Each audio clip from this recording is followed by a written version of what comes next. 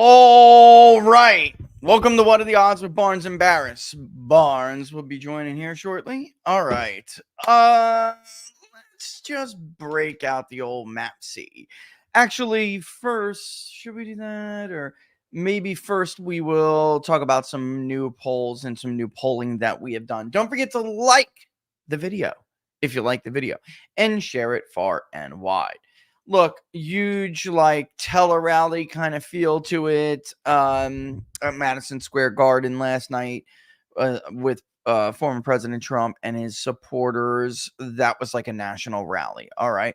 That was if you didn't watch, I was on Benny Johnson earlier, had a good interview. You should check it out. And I'm going to be going over some of those numbers with you. But that's what that was last night. That was, I will go anywhere and campaign for any votes, and people will look at it more than anything that I could have done with 60 Minutes, for instance, or something like that. All right. And he's clearly trying to campaign for things that campaign for votes in places that you do not see Republicans getting votes from. The Siena poll, by the way, Trump got like 14% of the 5 boroughs vote in New York in 2020. And this time he's sitting in the high 20s. There are millions of people who live in that area. If you folks don't know that, between King and Queens alone, that is a lot of votes. If he really does pull down 27, 28, 30% of the vote in the 5 boroughs, Harris is going to have to win huge margins, bigger margins in suburbs than Biden ever did to keep that state as democratic as it has been in recent years. Okay. We'll also want to talk about the map and this emerging scenario where, look, if somebody wins, they're going to win pretty going away. Maybe there'll be the most likely scenario is that close races in the battleground states, but at the Electoral College, someone's going to win comfortably. The Decision Desk has their new forecast out. We're going to use their map to go over it. They got Trump at a 54% chance of winning. Some of these states are now looking, let's be honest. I mean, they can keep talking about isolated polls all they want. All right. Nebraska 2, for instance, is Harris plus 10. I've always thought Nebraska was going to keep going Democratic. Maybe it switches back a little bit. We'll see. You just have some stuff that absolutely doesn't make sense, right? So she's going to do 5 points better than Biden in Nebraska 2, but somehow the race is even nationally. One of the things I was looking at, folks, when doing this national poll over the weekend, which is going to be out. And by the way, because of the funding having a nice little surge toward the end of this election cycle, we're probably going to have a 3-day rolling average. Am I going to be able to get you giant interactive crosstabs every day for them? Probably not. I'll probably give you small little updates. It's just a massive amount of work. And there is other stuff that I'm doing on the sidelines. There's simply not a lot of time that I could dedicate to putting it out every day like that. It takes a lot to process crosstabs and make them look the way that we make them look. I could make them look much uglier, and maybe that's something I'll look into doing. But you're going to get these, and you're going to get them soon. And the question is, can Trump win the popular vote? And then what would that mean for these other states? Because we've had the New York Times poll, new CNBC News poll. Wall Street Journal poll is a little bit older now. But listen, the Wall Street Journal, check out their track record. It's Trump plus 3. They actually tend to understate Republican vote share a hair, not much, a hair. Republicans win the House vote in 22. They have a Republican plus 2 generic ballot. All right. They win it by just under 3, and the Wall Street Journal was Republican plus 2. I mean, not at all huge swings, especially now that they have Fabrizio and Anzalone doing it instead of their co-op with NBC News, which is still one of the most liberal polls out there. I don't know if we're getting another one from them or not. They were tied. The New York Times poll broke people's brains. That's not, yes, the head-to-head was even, but the full ballot or the third-party ballot scenario in the second question is Trump plus 1. This will be more like a expanded ballot scenario. It will not be like a head-to-head. We'll just have to say because third-party vote share is collapsing. Look, in order for Trump to win the popular vote, he must do better with non-whites. This is why I have been a popular vote skeptic for a very long time. Let's see if this goes. It may not fit across all screen. I may need to screen share with you. I asked him for an update, see when he's coming. But here is black men. Before I show you, and locals, I know you've seen this. I shared this with you earlier today. Bear with me because I really have to do this to lay the groundwork for everything. This poll is a large poll. It's a large sample. And I figured let's start neighborhood of 3,000. And then to get a nice little rolling average, we'll see. All right. I also wanted to oversample. Non-whites. We spoke to a lot of black voters over the weekend. Here's men. As you can see, this is just selected black, African American, etc., etc. There are not that many undecideds in this race anymore. We're talking about less than 3%. They're really not undecided. You can tell when you add the likely voter model. All right. The first question, which I just couldn't get all on the screenshot. The second one is the lean. But the first question is the simple head-to-head ballot. And as you can see, Kamala Harris is only at 64% of black men. Trump is at 28%. Even if that other 7.8% did not lean it all to Trump, which it does. If you look at the question below, you'd see it's basically 50-50. Even if that didn't happen, you're already looking at historic shares of the black vote, regardless of what women do. All right. And I'm going to show you what women do in a second here, but that's already a large share. We have in the past warned is a good word. We have in the past warned people that Republican shares of non-white vote, including black, Hispanic, tend to dissipate as we get closer to the election. In fact, you'll see it dissipate before Labor Day. As we get closer, we get to the summer months, it starts to fade and decline again. At one point, Trump was doing even better with black men against Joe Biden, and he was in the 30s. Changing out to Kamala gave them a little bit of that vote back, but it wasn't a significant amount. And at some point, and that point is around 28%, at some point, it just stopped falling. That trend, it's not even a trend. It plateaued around 33. It fell with Harris to about 28. We're not talking about big movements here. This has been remarkably consistent for a long time. All right, that's just men, by the way. So you can see, judging by the sample size, that we did speak to a lot of black voters because women are more of the electorate. Black women are more of the electorate, typically, than men are. So if it's 12% black, the electorate overall, which I do not expect it to be, I think the black share, there's two things that are really important. The black share is going to fall. You can round to 11 if you want, but it's going to fall from usually like 12, 13% to like 10.8. It's going to. We have extensive vote history that we went through with these people, all the voters that we spoke with. And at the moment, there are going to be some voters who sit this out.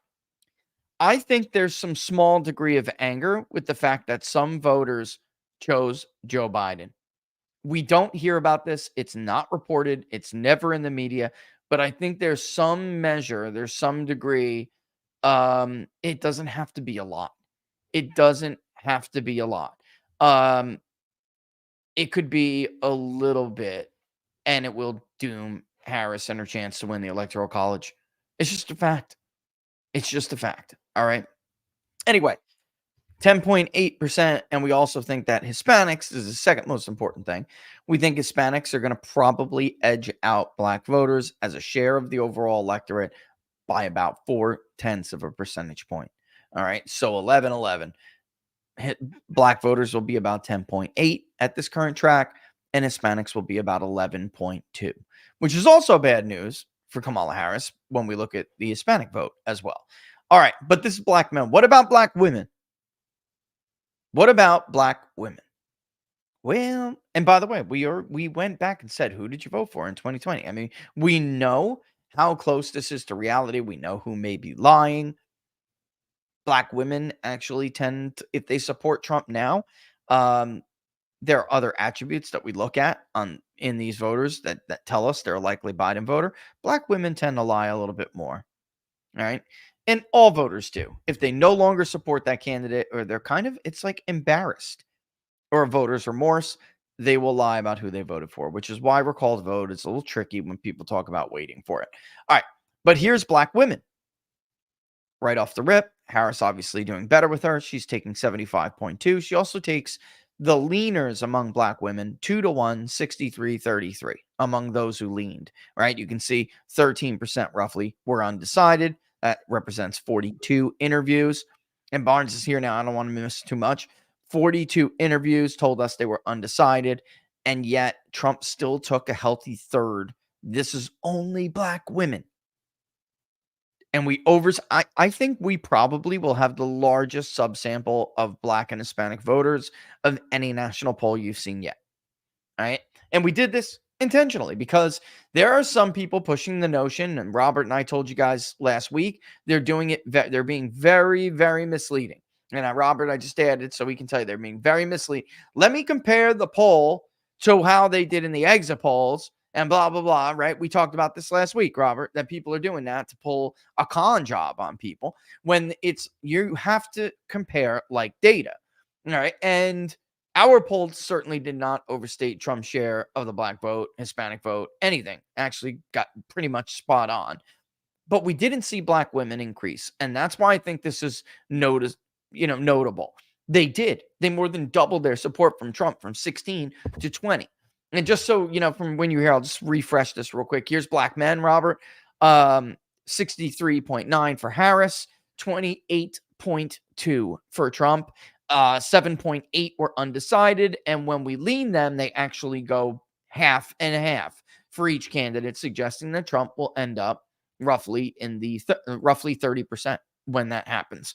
All right, here's women, black women. She does obviously better with them, but he's still doing markedly better than he was doing in 2020 in our polling, and then ultimately how he ended up doing. But I think also here, Robert, 11.5% for black women is very good for a Republican candidate, and he's pulling down a third of the undecided, so he'll end up around 13 in our poll. Ballpark. I'm ballparking it, folks. A little over 12%. So if black voters are 10.8% of the electorate, which is what we're looking like we're going to project them at right now, and Hispanics are going to be 11.2. So for once in the first time in history, we actually do think this is going to happen. It's going to be a historic first. Maybe not, but that's what it's looking like. And it's been looking like this in our polling for a while. So I'm going to go ahead and trust it. But let's call it 11. And let's say black women are like 8 and or not 8, they're like 7, and black men are like 4. All right, so and I'm ballparking it, and he takes 30% of the black men overall. That's not young black men, folks. That's all black men. If he does that, and then he takes like low teens of black women, he could seriously end up with about 19% of the black vote, which is where we're actually gonna have him like 20 on the nose. Like right on the nose. Man, that's insane.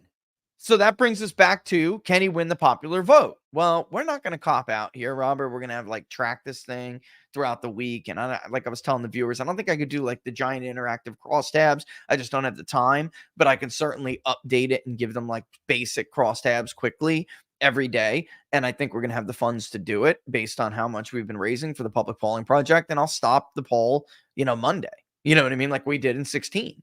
But right now it's looking like a Trump +2, like a solid Trump +2. That's what it's looking like.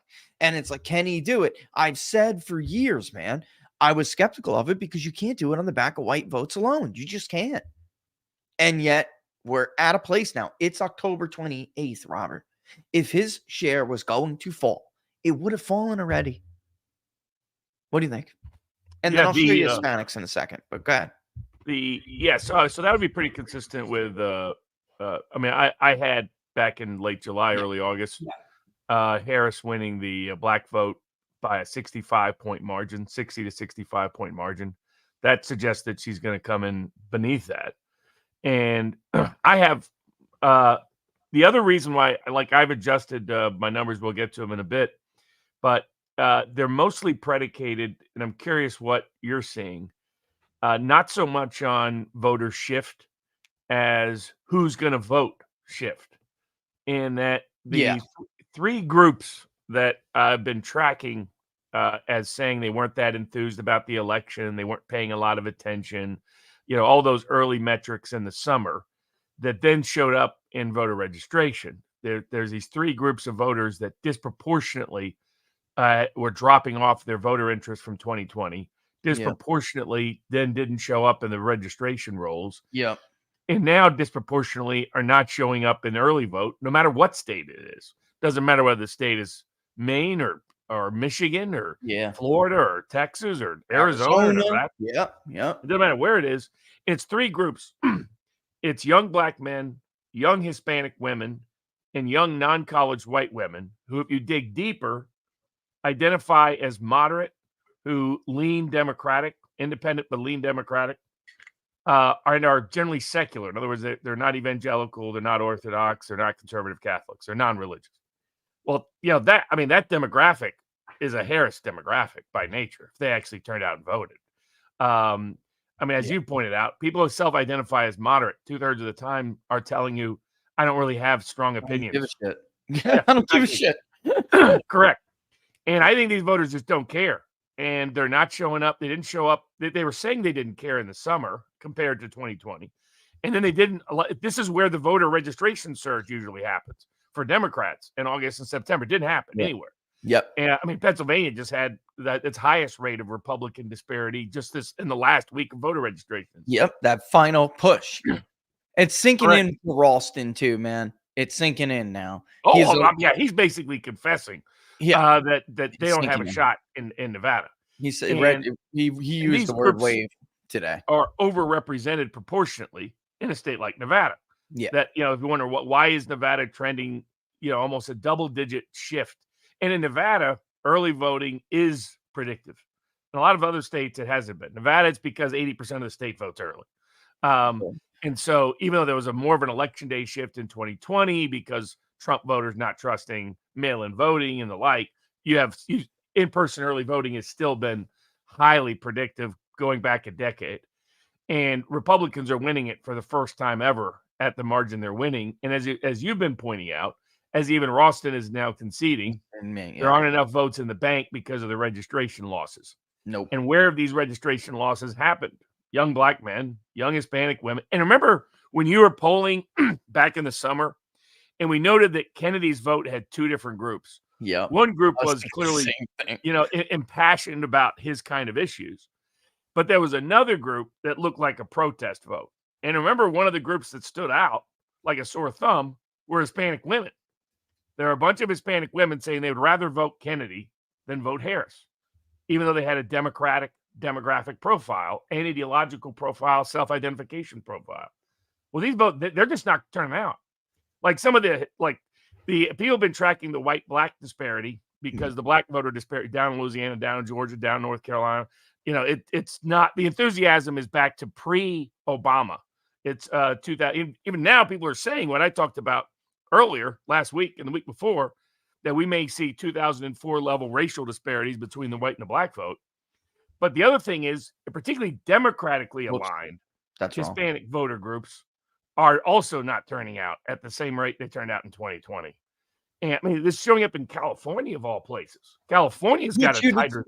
normally. But you'd expect that in the Central Valley. By the way, as we're talking, because I was just about to bring up the map and tell people what my polling means for the electoral map, the Minnesota Post is out with their new poll.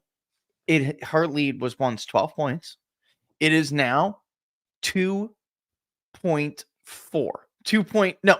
2. It's 47.7 2.6 to 45.1. Yeah, 2.6, dude. That's it. That looks like our poll in 2016. Hillary Clinton was up 2.4 and she had fallen dramatically. This is bad. And people are like coping like, oh, but look at the Nebraska 2 poll by the New York Times. And I'm like, okay, look at the Texas poll from the New York Times. Like, even if they hold Nebraska 2, this shift is perfect for her in a place like Nebraska 2, but it's not good for the rest of the map. And that's what I was just about to say, which suggests Virginia is like 4 points. If she's lucky. She's lucky. You know, Qantas has it close. The to two other points, one that you were making, I went back and looked at like-to-like polls 2016 to 2020 to 2024 amongst pollsters that polled all 3 elections for which we have underlying data that are still using the same modes and methods. Who are proficient in them. Maris didn't block survey forwarding. Right, Robert. exactly. I mean, it's okay if they added certain methods, but if they're radically shifting methods like TIPP is, then I don't know whether that will have the same track record. Can't be. So I excluded those. Trump is up from like-to-like voter group with every single group in the crosstabs. When you look at the same pollster, up with women, up with men, up with white women, up with white men, up with post-college, up with college, up with non-college, up with black voters, up with Hispanic voters, up with Asian voters, up with other voters, up in his own Republican base, up in Democratic crossover, up in independent votes. Yeah. Up with literally every single group. Harris has not improved on Democratic polling with any demographic in the entire country, whether you look at 2016 or 2020. Ignore all these fake people going around using exit poll data and other. That's not what matters. We want to look at the same pollster polling the same kind of people. What are they saying? And they're saying she's bleeding votes everywhere. Yeah. I was like Arizona.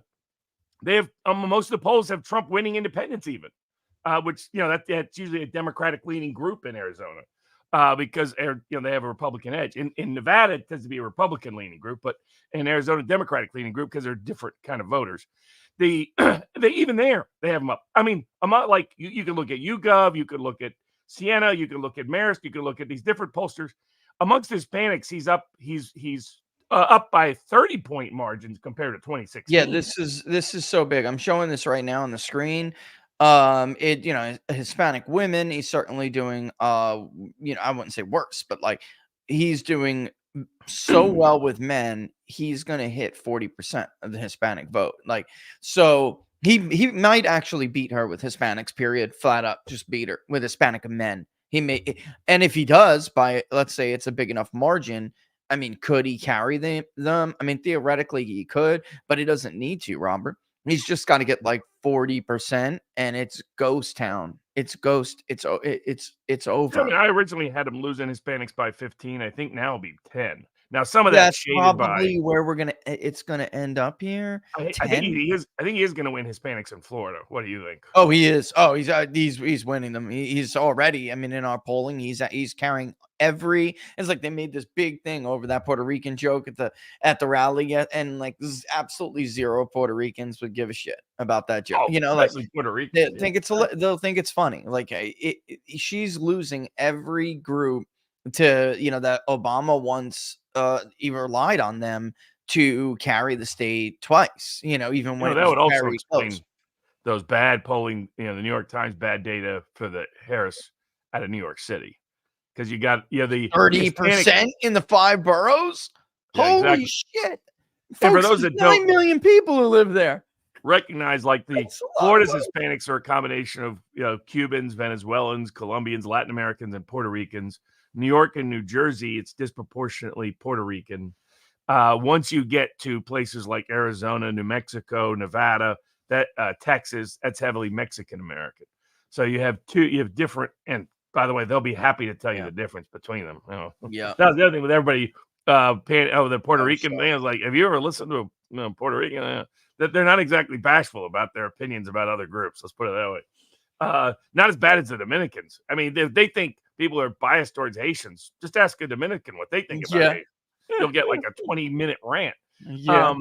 There's actually a guy that works for me. Mexicans, how they feel about Colombians, and Colombians, how they Oh, feel about Mexicans, and yeah, yeah, oh yeah. I forget, a guy who worked for me for a long time. He's part, there's a Central American country he's part of, and I get it wrong, and he lectures me when I get it wrong. No, I'm not from that country. I'm from this Yeah. country. They're Yeah. very different.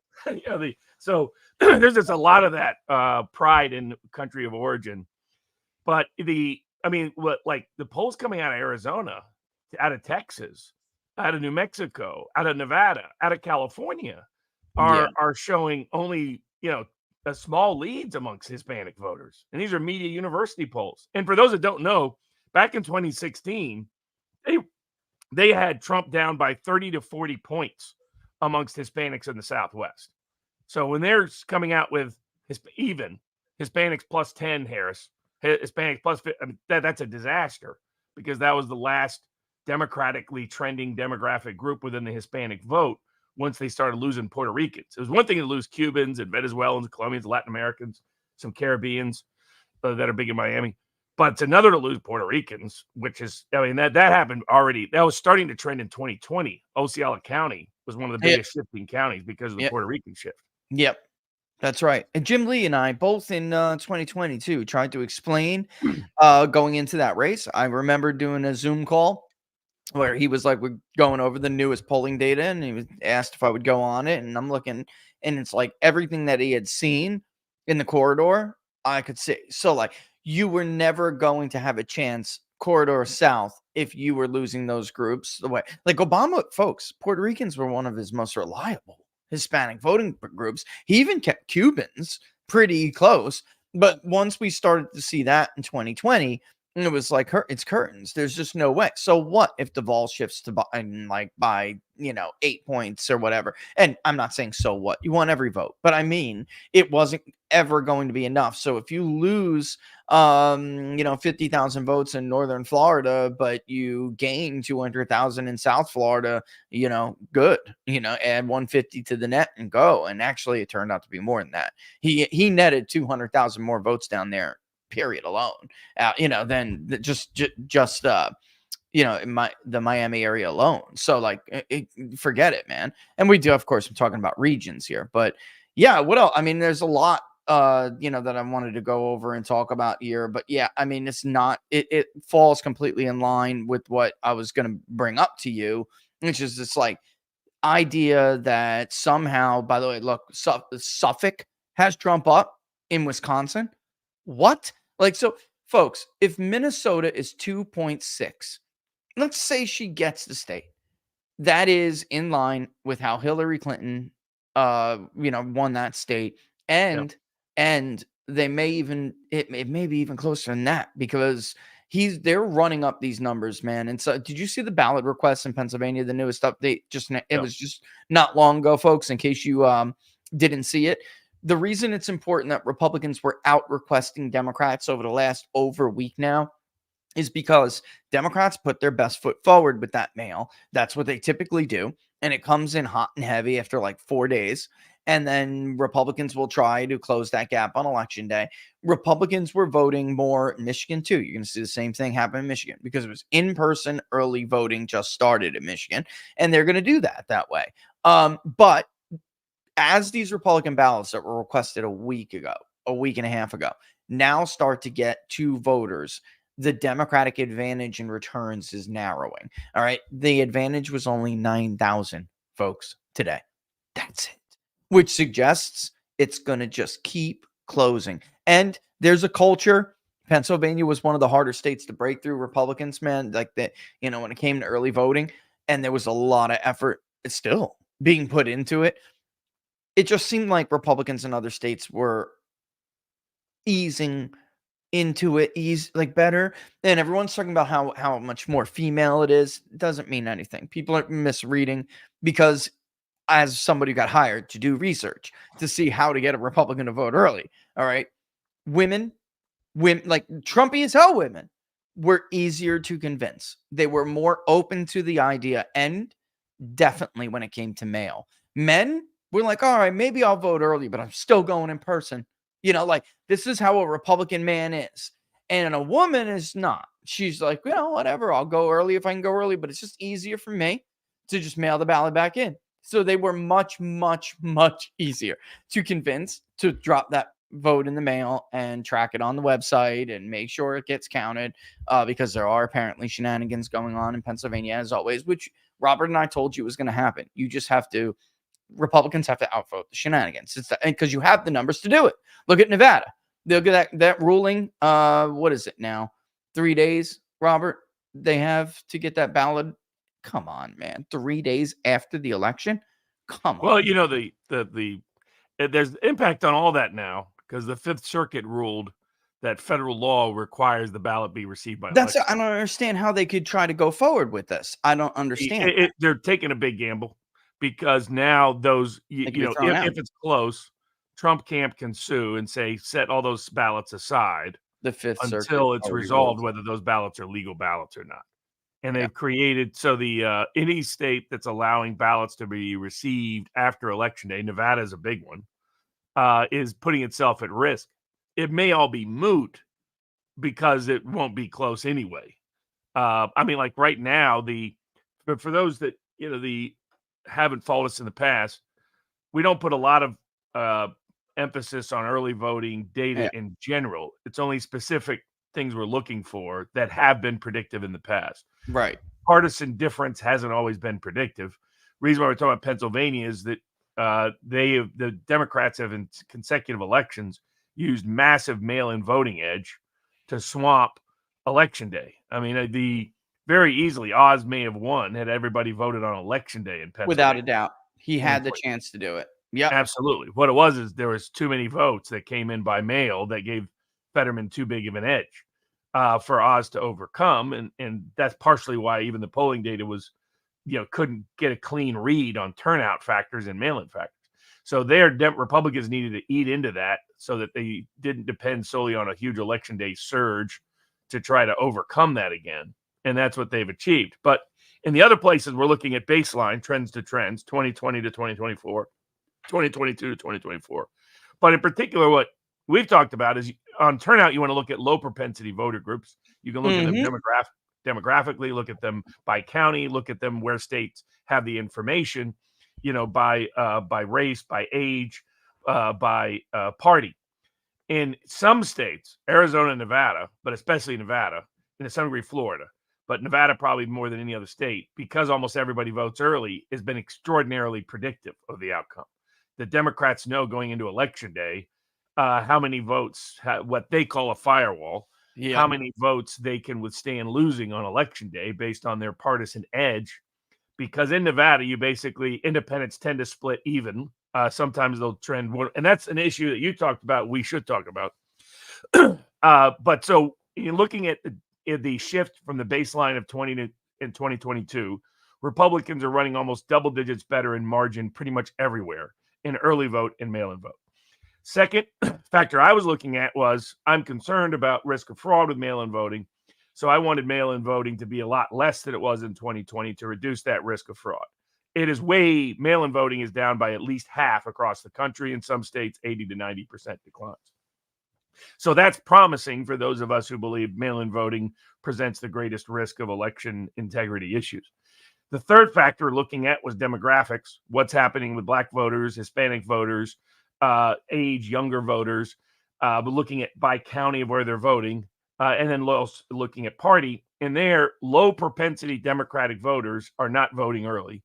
Low propensity Republican voters are getting out at a record rate. So that's the votes you want to bank. You want to bank the vote that may not show up on Election Day because something happens. And that's the low propensity voter. The voter that's voted in every election or 3 out of the last 4, you don't have to worry about them showing up. They're going to always show up anyway. You're worried about getting the 0 out of 4, 1 out of 4. Republicans are winning the 0 out of 4 vote almost all across the country. Huge. And in Pennsylvania, it's a little closer, but the New Yorker straight lied to people the other day. I went on the record, and they never printed the correction.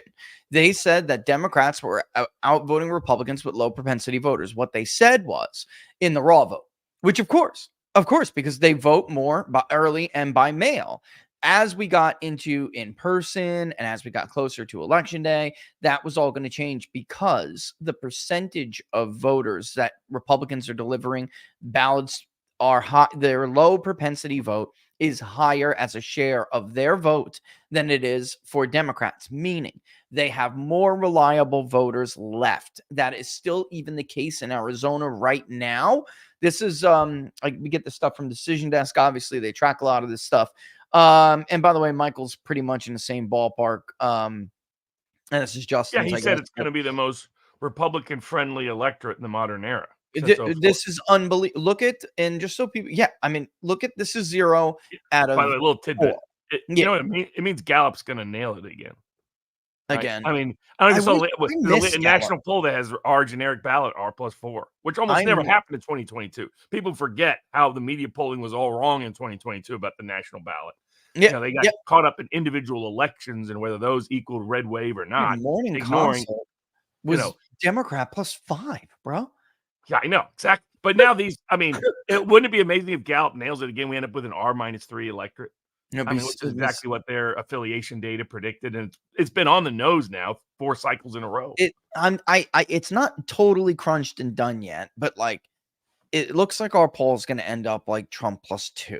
All right, a ballpark. If it comes out 1 or 3 or whatever, don't eat my head off, chew my head off for it. But it looks like to me this is a Trump +2, and I'm just gleaming what I can glean from the headline numbers. All right, it's starting to look like what he led Biden by when he consistently led Biden by a few points. That's what it looks like now.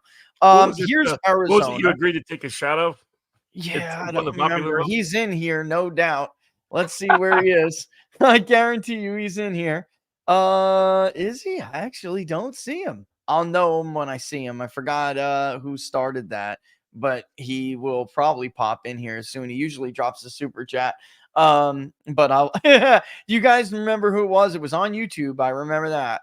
Let's see who it is when he'll say something. He's got a profile picture of it may be Cicero or no, but it's somebody in the Greco-Roman era, I believe. I'll know it when I see it. But this is Arizona, and And by the way, just real quick, as a preview to what Richard's about to explain and answers okay, questions in the chat. yeah, Some Democrats are claiming that all Democrats have decided to vote on election day instead this cycle as yeah, their okay, excuse and pretext. And no way, this will answer that because when you look at the high propensity vote, Democrats are still voting very high propensity voters early. There isn't a bunch of votes in the bank that are going to show up on election day. that's Go right. ahead. That's right. And it was Nico is right. It was Cynic in Chief. And just for other people out there, the national poll, it'll be out soon. It will be out soon. I mean, tomorrow, the latest local is going to get it first. But this is from Decision Nest. They compile this. Michael Pruser, you'll see him share it sometimes. But here, this is Arizona. They got them for every state. This is actually bigger. It was like going into the weekend. It was at a point where Republicans led by about overall statewide 65, 70,000 votes. That is now 99,000. I tried explaining, Robert has tried to explain. You cannot go in the rears or reverse on the registration by party race and then expect to put up numbers the way that you were when you had either an advantage or a narrower deficit.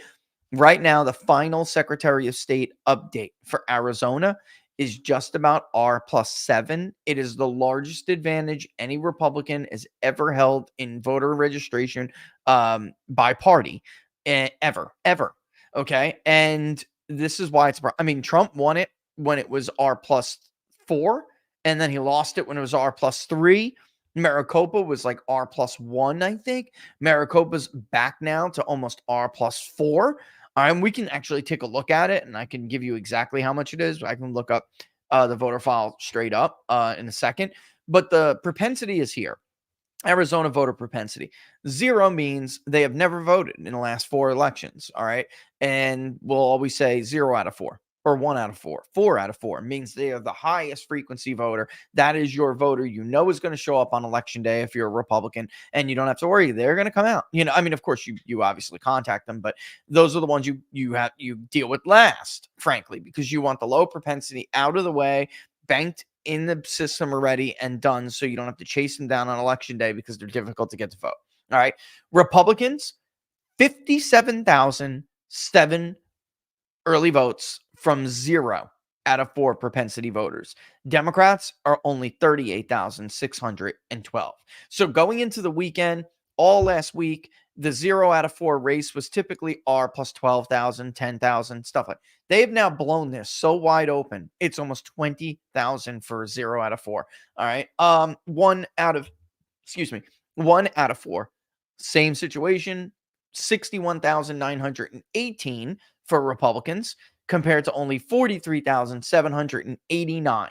So you can see the turnout rate there for Republicans. What does it mean? It means they have high propensity voters still in the tank. They have a lot more gas than Democrats have left in the tank. And this is what Ralston with neighboring Nevada wasn't understanding. When you lose the voter registration race like that, all right, you end up crossing the event horizon where you simply don't, like he's talking about 20,000 vote firewalls, Robert, when they barely have that registration edge in Clark County anymore. So it's like, where do you think they're getting them from, John? Harris needs 2 things to happen.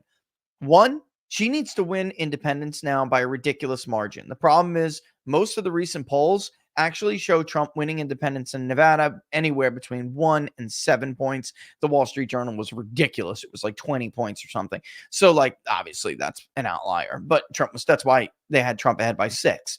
But it isn't impossible for Trump to win that state by a roughly 4-point margin at this point if this continues, because he's got the registration edge. And getting these voters out is a big deal because a lot of the voters that Republicans have newly registered to get these advantages in voter registration don't have any vote history or very little. All right. So they're getting them because they've either never voted or they feel orphaned by the Democratic Party. So they went to independent and did nothing, or they're Democrats themselves registered still. And then they recently changed to Republicans, but they haven't been voting. Right. So a lot of them are low propensity voters. And this is a catastrophe for Democrats that Republicans are getting these people to vote. Here's 2 out of 4. 103,241 Republicans compared to only 82,683 Democrats. And then who those 2 out of 4 are on the Republican side, right? Yeah. I only come out to vote when all Trump's for Donald Trump voters. That's it. That's that. When you call them, they'll say they're registered as a Republican, but they're really independent, moderate to conservative, and they voted for Mark Kelly over McSally, right? And but against Biden. Do you remember this vote in 2020? He was stomping Biden with this vote by like 30 points. It was ridiculous. And it was like, who are these guys? And most of them were men. They were heavily men. And that is why McSally did so, comparatively, she did so awful compared to Trump. But in the end, ultimately she ran within 2 points of Trump. I was just going to say though, but she was running Kelly. 6-8 points That's behind. where, real briefly, tangential to Lake has a shot. Yeah, to Arizona. Yeah, the Senate race. My theory on Lake is twofold. Just go back and look at some prior races in Arizona. Yeah. They have overstated the Democratic margin on average by 4 to 5 points in the polls. Yes. They did it 2016, 2018, 2020. Yes. So and second, my favorite one is 2020, Kelly versus McSally. Yeah. Is Lake a better candidate than McSally? I would say that without a doubt. And is Gallego as good a candidate, other than his Spanish surname, than Kelly? I would say he's not. So the only thing he's got going for him is the Spanish surname at the moment. So I think if Trump is going to win Arizona by 4 or more, then I think Lake should be at least a 50-50 proposition to win Arizona. Yeah. I totally agree, because I'm actually, somebody had just put, and I put it up on the screen, but you remember how much McSally was down? And then this is our final, whoops, I just hit the build. Oh yeah. Trying to find out how much in our poll McSally was running behind Trump because she was, and I remember it like it was yesterday. I'm gonna look it up now and see. I want to say it I was at thought it was 5 least, or 6 or Robert, something. 5 points. Yeah, right. It was a lot, and that Yep. turned out not to be true, man, at all. Let Well, me it's see. because when they go into election day, they just end up voting Republican down ballot. They're voters who are skeptical of the Republican brand, but most of them, not all of them, depends on the race, but most of them end up voting Republican down ballot. So the key for Republican Senate candidates is, I mean, you talk about disaster. The Senate campaign committee spent money on Maryland rather than on Arizona and Nevada. Goodbye, McConnell. Yeah, by Mitch McConnell, who at least announced he's going to step Stupid down. old bastard. Before we could deport him or assign him as an ambassador to the front lines of Ukraine or someplace like that where he belongs. And the House, similarly. I mean, after spending all the money in Nevada, barely coming up short in the House, they decided to spend no money in Nevada. And even Ralston is saying several of the Democrats appear to be down in Nevada. Yeah. And just now they're finally spending money. That's the other thing Trump's got to do when he gets in. Purge everybody at the RSCC. You gotta go. Purge everybody at the RCC. They're idiots. They're incompetents. They're a disaster. They've proven it time and time and time and time again. Wasting money on races that don't need it, and not spending money on races that do need it. Yeah. And this is what, the 6th time they've misread the Southwest for House or Senate seats. I mean, it's just, if they would have spent any decent money in Nevada, they would have picked up 2 House seats here. And now it'll be up in the air. For sure. Now it's going to be a freaking nail biter, and you didn't have to be. I mean, look, Trump was up 1, all right, and his support was, so she was running overall. The margin spread was 7 points different. Trump by 1 and her down by 6. Okay. Yeah, and then she ended up losing by 2. I mean, ended up running within about 2 points of Trump. That's right. That's right. So I mean, I'm looking. It was even my own data. I'm just trying to like show everybody, like it really was. Like she was down to Kelly 48-41, and Trump was up on Biden. She was also wow, that's another basically 7 points below Donald Trump as far as vote share. So the spread was 7 points different, and her vote share was 7 points lower. That's actually more than I remember. But it is. That's another giveaway. A lot of these Senate races, you're seeing that when the Republican drops down, it's not because the Democrat is picking up those votes. Those votes are shifting to undecided. Yeah. And my view is, if you look at the last 2 presidential cycles with Trump at the top of the ticket, most of those undecideds break for the Republican. There are people when they get in there and they like, well, I guess I'm going to vote. It's like when I get in there and there's like some county commission race or something I have no idea about. I just pick whichever name I like more. I mean, I should do my due diligence, but unfortunately, I don't always do it. I bust my phone out, man, and I just start. I'll Google that shit. I will now. Or I judge, frankly, avoid certain profiles. I'm like, okay, no, not that name. Nope, not gonna happen. But that's what a lot of these normies do, and a lot of these voters that like Trump distrust the Republican brand. They're that's where it's key, the margin that Trump wins by in these states, and where there's competitive Senate seats. If he wins by, I think, 3 or more, definitely if he wins by 4 or more, in Arizona, Nevada, Pennsylvania, Michigan, Wisconsin, I think he carries he's as likely as not, at least 50% chance, he carries the Republican Senate candidate along with him, like he did Johnson in 2016 in Wisconsin, like he did Burr in North Carolina in 2016. Toomey in Pennsylvania. In 2020. He did John James. Remember, John James was straight work, and John James just barely lost Michigan like Trump barely lost Michigan. So, dude, it was only 2 who went down worse and in a blaze of glory are the 2 that bailed on him, thinking they needed to bail on him in order to survive. And that, of course, was Kelly Ayotte in New Hampshire, who now appears to be headed to being the governor because of Trump's strength now in New Hampshire. That latest poll in New Hampshire, what do you think of that? Crap. Yeah, I'm telling you, man, Spence over at Emerson, he was like, this shit is close. He's got her up by 3, but he's like, this is close. And now we have other polls to suggest he was right.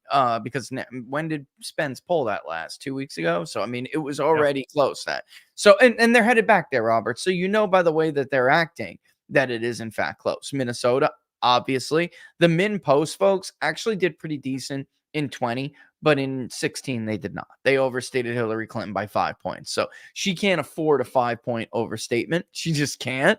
And for those that don't remember, New Hampshire, Minnesota, and Maine were very close to the popular vote in 2016. Yes. So if we have a 2016 baseline more than a 2020 baseline, you would expect Minnesota, Maine, and New Hampshire to be I'm going to tell you, I'm going to give an order before the show's out. I'm going to give an order of states where if Trump does win, and not only, I mean, if he wins the popular vote, the order in which I think the states would fall, and there will be some surprise. Or, there's just going to be, folks, all right? When the nation was D plus 2 and change, a little over D plus 2 and change, Minnesota was a little over D plus 2 and change, all right? And Minnesota has been more Republican than about on par with New Hampshire, but been more Republican than Virginia. So, like, if Virginia really is this close, then it's gonna be a nail biter for her in Minnesota. Like, it's an easy miss, Robert. 2 points, 2.6. That's nothing. That's absolutely nothing for a Democrat. Also be interesting, the Somalian progressive vote. Do they vote third party or independent? Do they end up breaking Trump based on the Muslim endorsement out of Detroit, Dearborn, comparable community and constituency? But this also relates to the House. If we're looking at an R+2, R+3, R+4 electorate for the generic ballot, how do the Republicans lose the House like the media is predicting, like the modelers are predicting? Yeah, I don't see that. Insane. It's insane.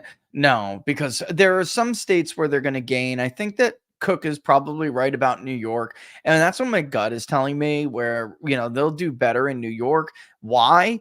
Because I feel like in New York, I went there recently. I know a lot of these neighborhoods. I'm from there, and there were like Trump signs all over the place. I'm a Trump or bust voter, apparently became a thing. And there were these signs, these red and white signs, I'm a Trump or bust voter. And they're big signs on these lawns.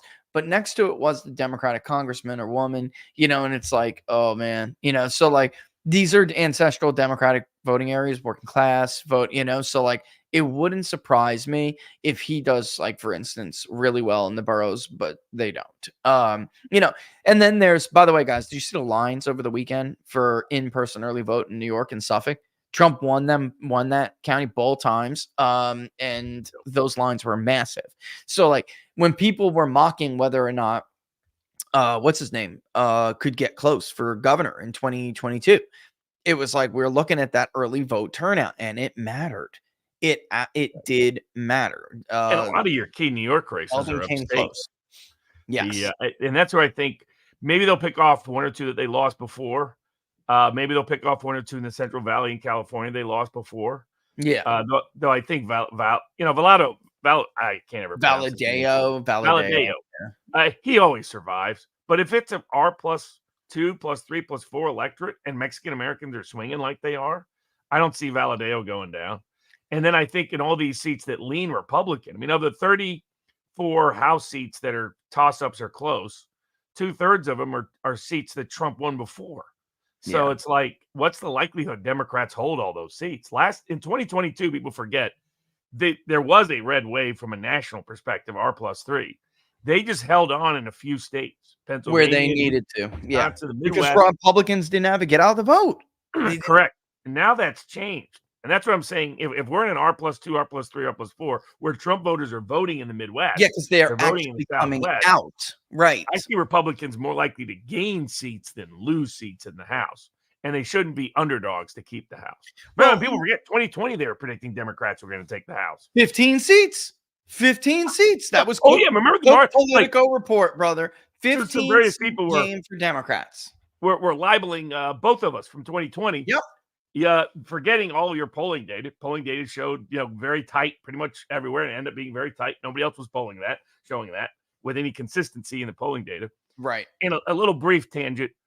I see I won't name them, but I see even some Republican pollsters being tempted by the same thing all the Democratic pollster, media university posters are, to keep putting out +0, +1, right? Not Yeah, they're afraid. not They're picking up a afraid. trend. I get it. It's a lot easier to go +0, +1 than if your data comes back like Richardson says +3 in Pennsylvania, Yeah, they +4 can. in Yep. Michigan. Yep. That's terrifying to publish that because it's counter what has gone on in the past presidential cycles.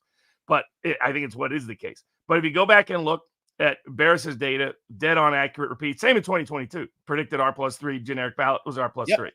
So people can quit Everyone's libeling out forgetting there. about that. The other thing is they forgot. There are people say, "Oh, Barnes, your 2020 bets didn't cash." And it's like, go back and watch. You can. It's right here on the People's Pundit Daily channel. You can go back and look at the right before They election day oversimplify stuff, episode. Robert. I gave out a bunch of bets. You doubled your money on the presidential bets because they're big margin of victory bets on Florida, Ohio, Texas, Iowa, all cash, all underdog bets. Only lost Georgia and North Carolina. And then if you bet on the popular vote, and that 538 would be wrong, I gave out, Trump's not going to lose by 8, he's not going to lose by 9, not going to lose by 7, not going to lose by 6, not going to lose by 5, cash, mostly underdog bets. Senate, you more than doubled your money. People forget they were thinking South Carolina might go Democrat, Alabama. There are people betting Alabama going Democrat. People are betting on Texas going Democrat, Montana going Democrat. Those were easy cash bets. And then people, the key Republicans did hold on. And people forget Collins was a massive underdog to hold on. She won by like 8 points. No kidding, bro. She was down by like 6 points. And then the House vote, they were predicting 242 Democrats. I was like, bet against this. I gave out 25 House races, 20 of the 25 cash. So for those out there, that want to pretend and make up fantasy land as to what's happened in the past, and if you go back 2018, you go to covers.com and you can see the article by Patrick Everson before I went over to London. I gave out 2 underdog bets, Republicans to hold the House. That one didn't work. Republicans to add 2 seats in the Senate, 5-1. That cashed exactly. So the 2016 people covered me all across the world. You can find all the articles about it because they were tracking me in live time. Because I was walking around London and Dublin placing bets. I remember reading a Bloomberg piece, and then I talked to the Bloomberg about you before the election, and there I am, I'm like, whoa, what the hell? He's like, because I cited you because I was following you in 2016. I was one of the subscribers. I was getting the daily tracking poll. I was getting the underlying numbers.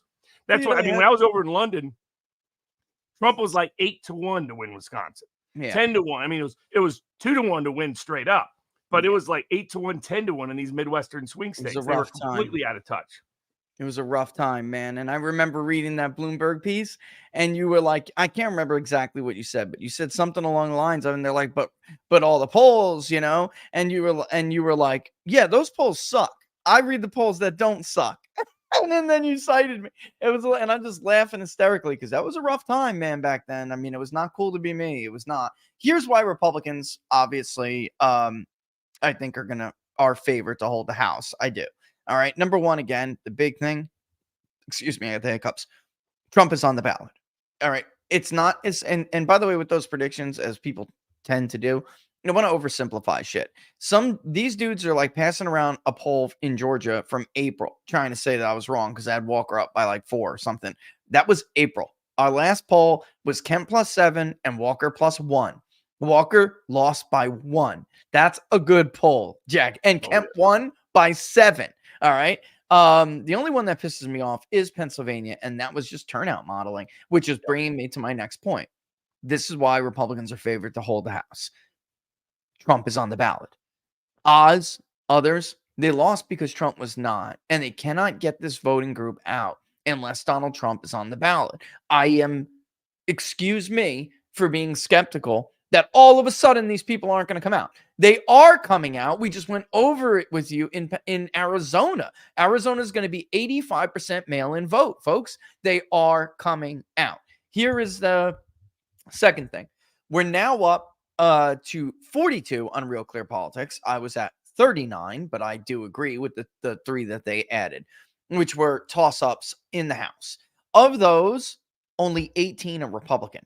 The rest are Democrats. All right. So if Trump, when I looked at it, almost all of these districts are districts that Trump won or was close in. Except so for that 2. If Trump wins the popular vote, almost all of those districts are districts Trump is going to win and bring out voters in that district. And that's where I just don't see Democrats. I see it's far more likely Democrats to lead seats than Republicans to lead seats. Maine too. Golden's good. He's done. He's done. I mean, now little tidbit on Maine polling because people were asking me about this. Where's the DRI poll, brother?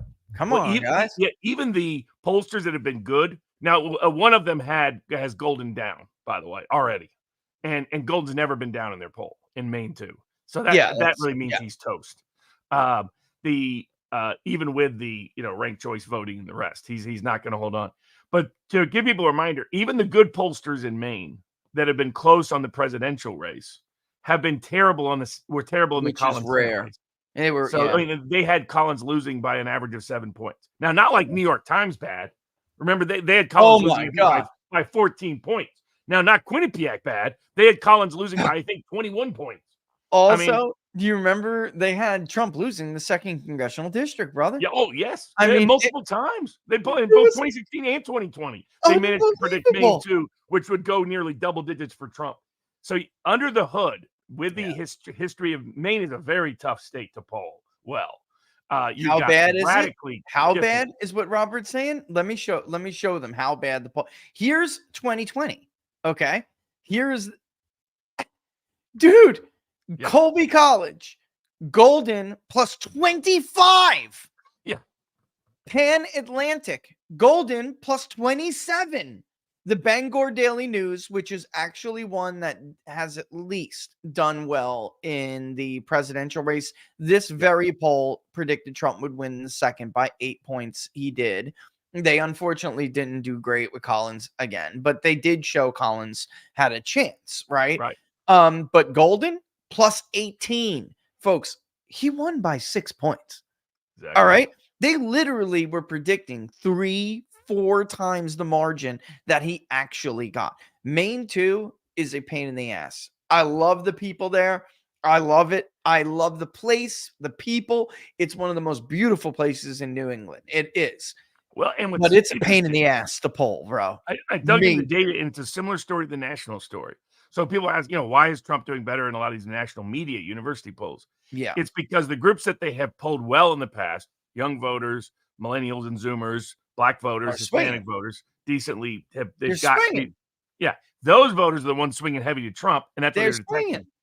The older working class white vote that they have historically failed to catch, they are still failing to catch. Like, I was curious in Maine, who did they miss with Collins? And it was the older working class vote they missed that was going to vote Trump and then Collins down. But Collins benefited tremendously from Trump being on top of the ticket. Oh, my God. Absolutely. Probably saved. It was another example of someone who benefited more from Trump than Trump benefited from them being on the ticket. But what was interesting is, like, the current polls that are showing it tighter even in Maine. If you go back to February, March, April, you had some Trump leads in Maine. Yeah.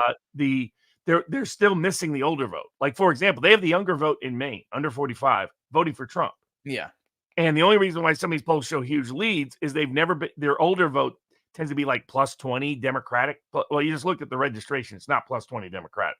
They're missing what I call the Stephen King voter. In other words, the voter. Stephen King voter. Hey, that Stephen King describes, like Kathy Bates's character. Some people call us cursed. We call it troubled. That exactly. Is the voters are old working class. Maine is a 2/3 working non-college white state. For those people who don't know, look how bad this was. Literally, not a single poll showed Collins ahead. She never got over 44% in the polls. You could get Collins at 2-1 or 3-1.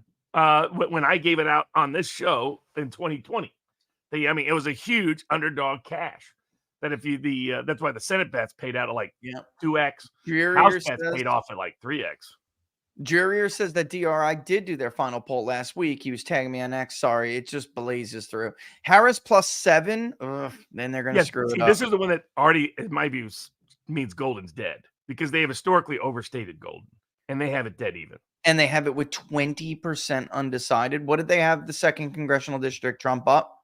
I think by 6 and then down by like 26 or maybe a 7 or 8, something like that. Okay. I didn't see it.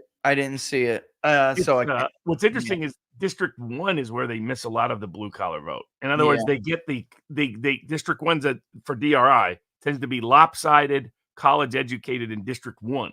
That's why they've been good in District 2. To be honest with you, there's not a lot of college educated in District 2. That is why they miss the statewide race all the time. Yes, because exactly. I mean, if we go to and actually They miss the let me do fisherman in that. Portland. They get Yeah, the professor in Portland. They get the internet, they get the old upscale Bushite Republican in Portland. right. They don't get the fisherman in Portland. Right. So here is, you could see, obviously this is Maine, the 2nd congressional district encompasses most of this big old red area.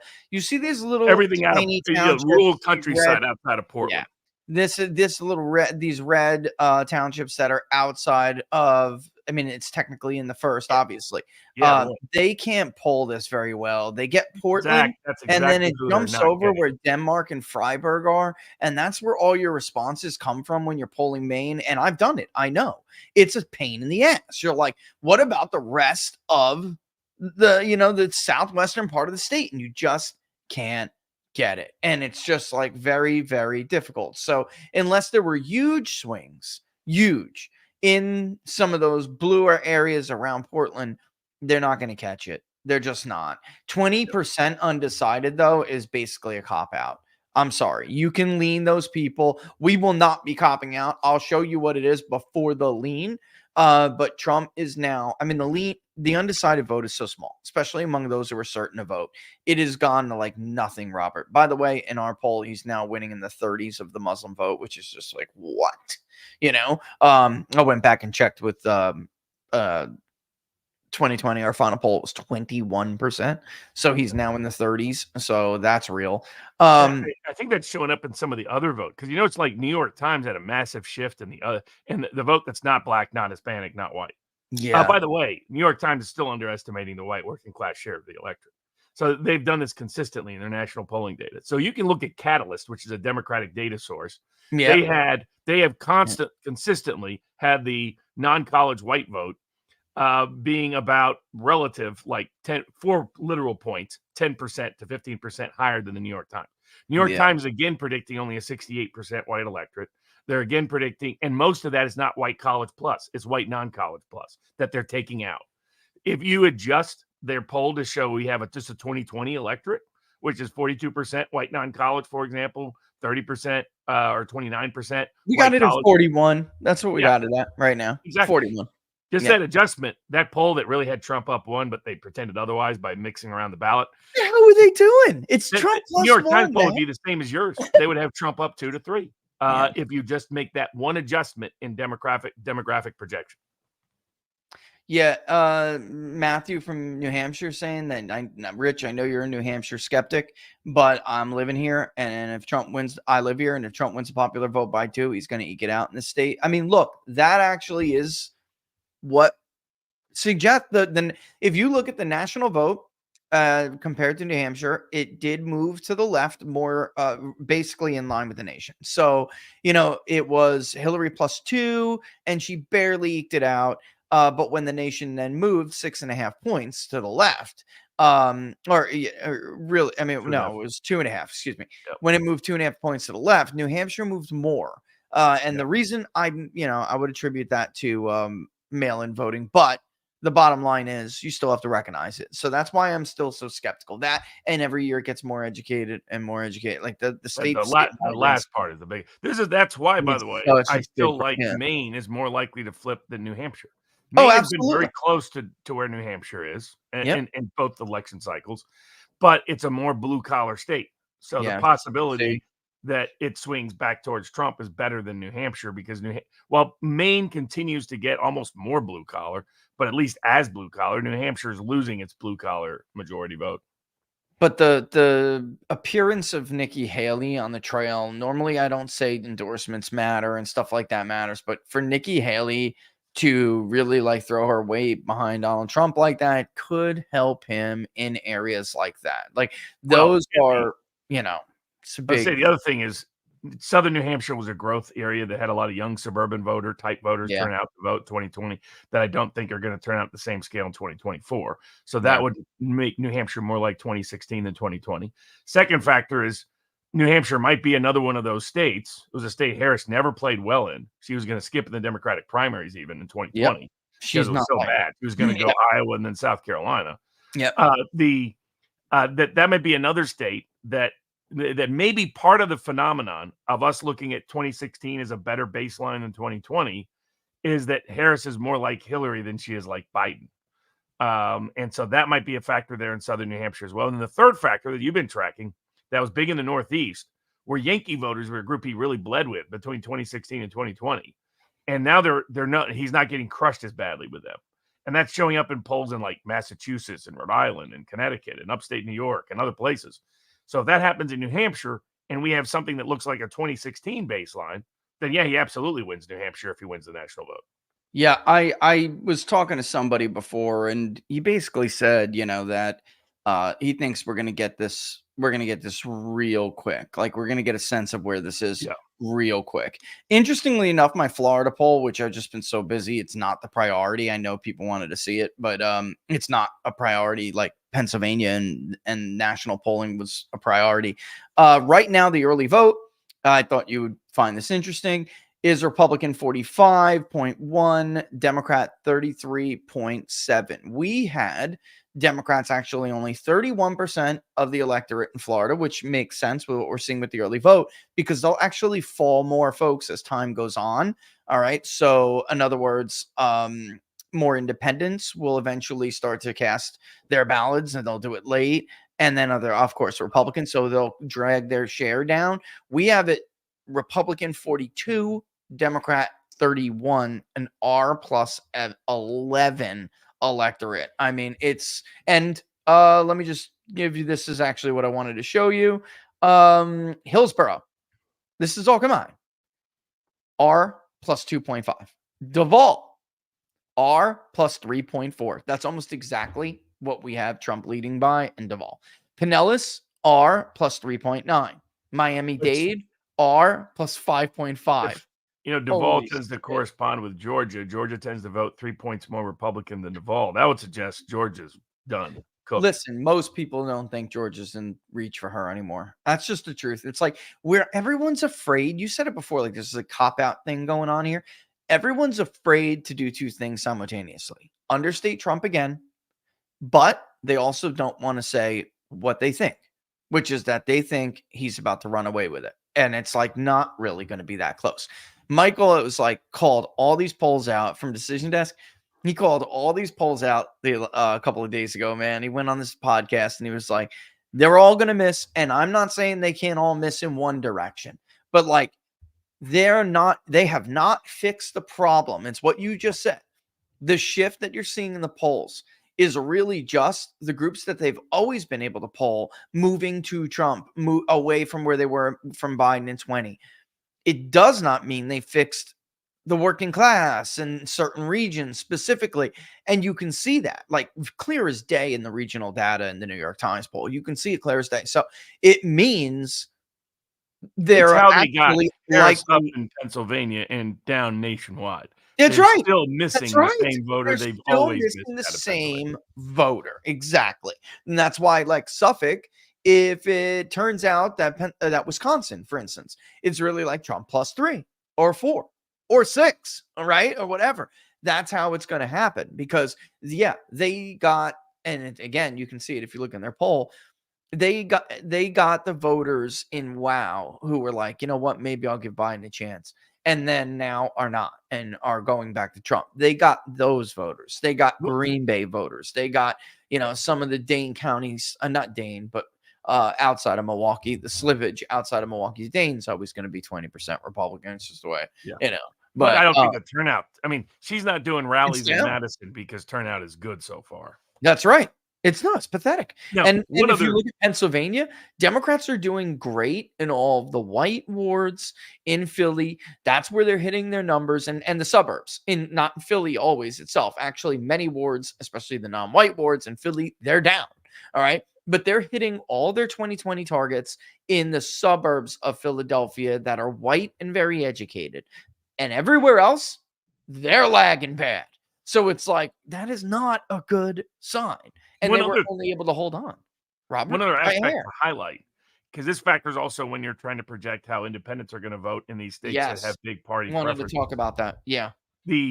Is that the independent vote turnout can matter even more than Democratic vote turnout. And what I mean by that is Yeah. amongst independent voters, you have about 80% lean towards Republican or Democrat.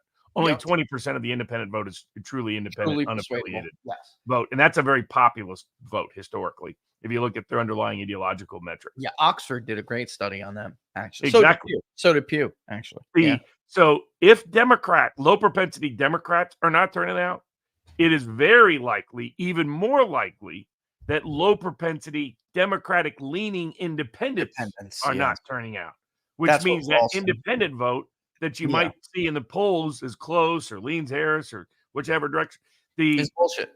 Yeah, because if you remove the Democratic vote from that, a big part of that Democratic vote from that independent vote, all of a sudden it tilts heavily Republican. Like this happened in 2016 in Nevada. They got the independent vote wrong. They thought it was going to be plus 10 Hillary, ended up being plus 10 Trump. But it's because of who amongst those independents turned out to vote. And so that's another factor you can project historically from Democratic turnout, what the Democratic leaning independent vote is going to be as well, turnout wise. Yeah, I think that that's a really key point that Robert just made. Folks, when a party's turnout is excessive, Nevada is actually a great example to use. In 2016, ours were more juiced. Republicans were turning out and got people who didn't vote for a while to turn out, but turnout was up from 12. That benefited Trump. Trump then won independents in Nevada because when your party is juiced, so are the leaners that are independent but really lean to you. All right. That's Robert just said it. It's so true. There are very few independents who actually don't have a political lean. And that is impacted. Their turnout is impacted sometimes even more by the overall mood of the enthusiasm of their party. All right. Then in 2020, Democrats were juiced. Get rid of the orange man. Oh, COVID, so bad. All right. Biden won them. And by the way, Biden only won independents 50-44 in Nevada last time. What Ralston was trying to sell you for 2 weeks is a scenario in which Kamala Harris does better with independents in Nevada than Joe Biden and Obama, damn near combined. All right. And actually, I could be, let me just double check that. He may have won them by less, man.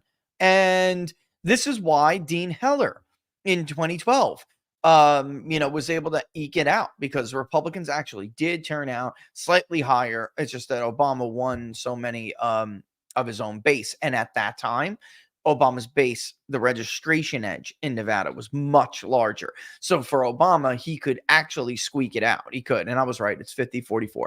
So Ralston is arguing that even though Republicans have a turnout edge right now of what? It's like 5 points, something like that, right? Yep.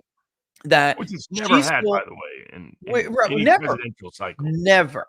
And in 2020, what happened a little bit is that Republicans ended up cannibalizing some of their indies, but it didn't matter. Democrats juiced their turnout in Clark County. Along with it came predominantly younger, left-leaning independents who then cast a mail-in vote for Biden. That is the vote he keeps telling you to look out for. It's coming, it's coming, it's coming. It's not coming. When is it? Robert, I'll give them credit. In early voting in Nevada in 2020, they built that firewall. 4 days. They've been saying, this voter groups have been saying this now, that they're overrepresented in Nevada for 6 months. They said they weren't paying as much attention to the election as they were in 2020. They said they're not as interested as they did in 2020. They said they're not as enthused. They said they were less certain to vote. And then they didn't show up in the voter registration. That's the group that's missing from voter registration. It's younger Black men, younger Hispanic women, younger non-college white women who are liberal-leaning voters. They call themselves moderate, which, but right now they're like, I don't care. And remember, we talked about this with Kennedy. We said when Kennedy dropped out, some of these voters are probably going to drop out, which, by the way, was probably good for Republicans down ballot. Yeah, anyway, right. Because those voters probably would have voted Democratic down ballot. Anyway, yes. Even if they end up voting for Kennedy at the top of the ticket. So we it was still have them lagging Trump, by the way. This will probably be our first R+ generic ballot in a while. I'd have to go back and look at what our trend was, but Democrats had a lead for the last couple of months in the generic ballot. They're just running behind Trump. They're now doing better for sure. But I just don't know why they cannot get the same vote share as Trump. Number one. Number two, they cannot pull away like Trump. So I don't know. Maybe like R+1. I don't know. But like it's been in our poll, it's been like Democrat +2 to 3 like for a while now. And that's what they've been predicting in the models and the rest. That's why they have Democrats winning the House. Yeah, well, And it's turned on them now. It has now, I think. Yeah. Let me And see. I mean, that's where it's fascinating. We'll see if Gallup keeps nailing it, but you're seeing more and more data suggest R+1, at least in terms of party identification, R+2, R+3. We haven't seen that since 04. So I mean that's the kind. And remember, those people don't remember. 04 was a turnout election. That if everybody had voted, it's dead even. More Republicans turned out than Democrats for that election. Yeah. And particularly in key swing states. And that's what but Gallup forecast that. Gallup was like, for the first time in their Gallup's history, party identification, and especially amongst independents who otherwise, where they lean was neutral, was +0 in 04. Again, for those that don't know, Gallup poll has R+3 for party identification and affiliation. That's the only time they have ever had our Republicans with an advantage in the history of Gallup. There's also some ridiculous polls that are well. The Suffolk poll is D+2. Harris X is R+1. Emerson is D+3. Marquette is D+2. Which is weird. Some of these one are that came old. out at R+4. Yeah, I was just going to say the new ones are more Republican. So if you look at the more recent ones, Wall Street Journal is Republican +4. CNN is Republican +3. CNBC is Republican +4. The New York Times Siena was tied, so was Emerson. So those were old, but some of these polls are just shit that they're relying on. I'm sorry. Florida's 13th district, Luna versus Fox, a tie. St. Pete polls. Have we got to go through this every year with fucking St. Pete? Pardon my French. I'm so fucking sick of these people. We've been battling these people for years. Like, you suck. Don't poll the state. By the way, St. Pete actually had Rubio barely winning his Senate reelection. I kid you not, folks. Go look. It was like Rubio +2. All right. They had DeSantis he only won winning. by 16. He only won by 16. They had DeSantis winning by, I think, 6 or something. The dude steamrolled. I put out margin sucker. of victory bets. I mean, even 2022, I just had big money on a couple of races we barely lost. But on a bunch of other bets, still cashed. I mean, people forget Grassley covered his margin of victory. Mike Lee covered his margin of victory. Ron Johnson pulled the upset in Wisconsin, at least according to the modelers. The Tillis pulled an upset in North Carolina, according to the modelers. And then margin of victory in places like Florida, Texas, Ohio. I mean, Vance was 50-50 a week out. Whether remember, didn't some pollsters have Tim Ryan ahead? He won by what, 7, 6, 7, 8? Suffolk was even. Maris was Ryan +2. I mean, this is no. Yeah, that's why I could get Vance at plus money a week before election day, which was. I always said that was a cinch. I think Marino's a cinch. I don't see that being that close. What do you think, Marino? Yeah, win. Get out of here. I remember the Bloomberg, speaking of Bloomberg, pulls me aside, and I know it was Houston or whatever. I had to go for like a live war room show during, I think it was CPAC or something. Bloomberg reporter pulls me aside. He's like, hey, people's funny, right? Let me talk to you about the polls, And I'm like, all right, man. And he's like, what do you think about Ohio, right? First thing out of his mouth. Dude's from Ohio. He's from Mahoney. All right. And he's like, what do you think about Ohio? He's like, some of the polls got Ryan up. And I'm like, just stop it, bro. Ohio's just stop it. We're not starting off this conversation with this bullshit. All right. And he himself from Ohio is like, yeah, it's not even going to be close. At this point, they still had Ryan winning in the RCP average when I'm talking to this guy. All right. And we both just kind of just blew it off and dismissed it outright. Will there be brown Trump voters? Probably some. And I don't think Marino's going to win by a Vance-like margin, but he's going to win. All right. I mean, there's no way Trump is about to win Ohio by 10 points, bro. And somehow Brown's going to survive. By the way, USA Today, Suffolk, they had Sherrod Brown beating Jim Renacci by like 18 points, brother, in 18. Did he hold on? Sure, by like 5, all right, but not 18. And then they didn't even nobody had Mike DeWine that year beating Richard Cordray. Nobody. The Maris poll had a DeWine +2 or 3 in the middle of the summer, and then they herded right back with everybody else to Cordray +8, plus this, but he got his ass kicked Mike DeWine won. He won like Brown won. Not huge, but comfortable. And then this next reelection, they even understated DeWine's reelection win. So, like, it's just a hard state for these people to poll. They can't do it. I don't know. It's not, honestly, not that hard for me. I don't know why Ohio's so difficult for everybody. I don't know why. I just don't get it. It's because they're too busy pulling the suburbs of Cleveland and Well, I Cincinnati. made my mistakes in 16 and I adjusted, and that's it. And now we move forward. We all grow together. You know what I mean? Like, I'll never forget this Some people show. ask my Senate predictions. So I have West Virginia, Montana, and Ohio going Republican. And you can get an underdog bet. Let's see what it is currently. Let's see where you're at compared to Real Clear. The odds are 2-1. That is, you get $2 for every dollar you bet.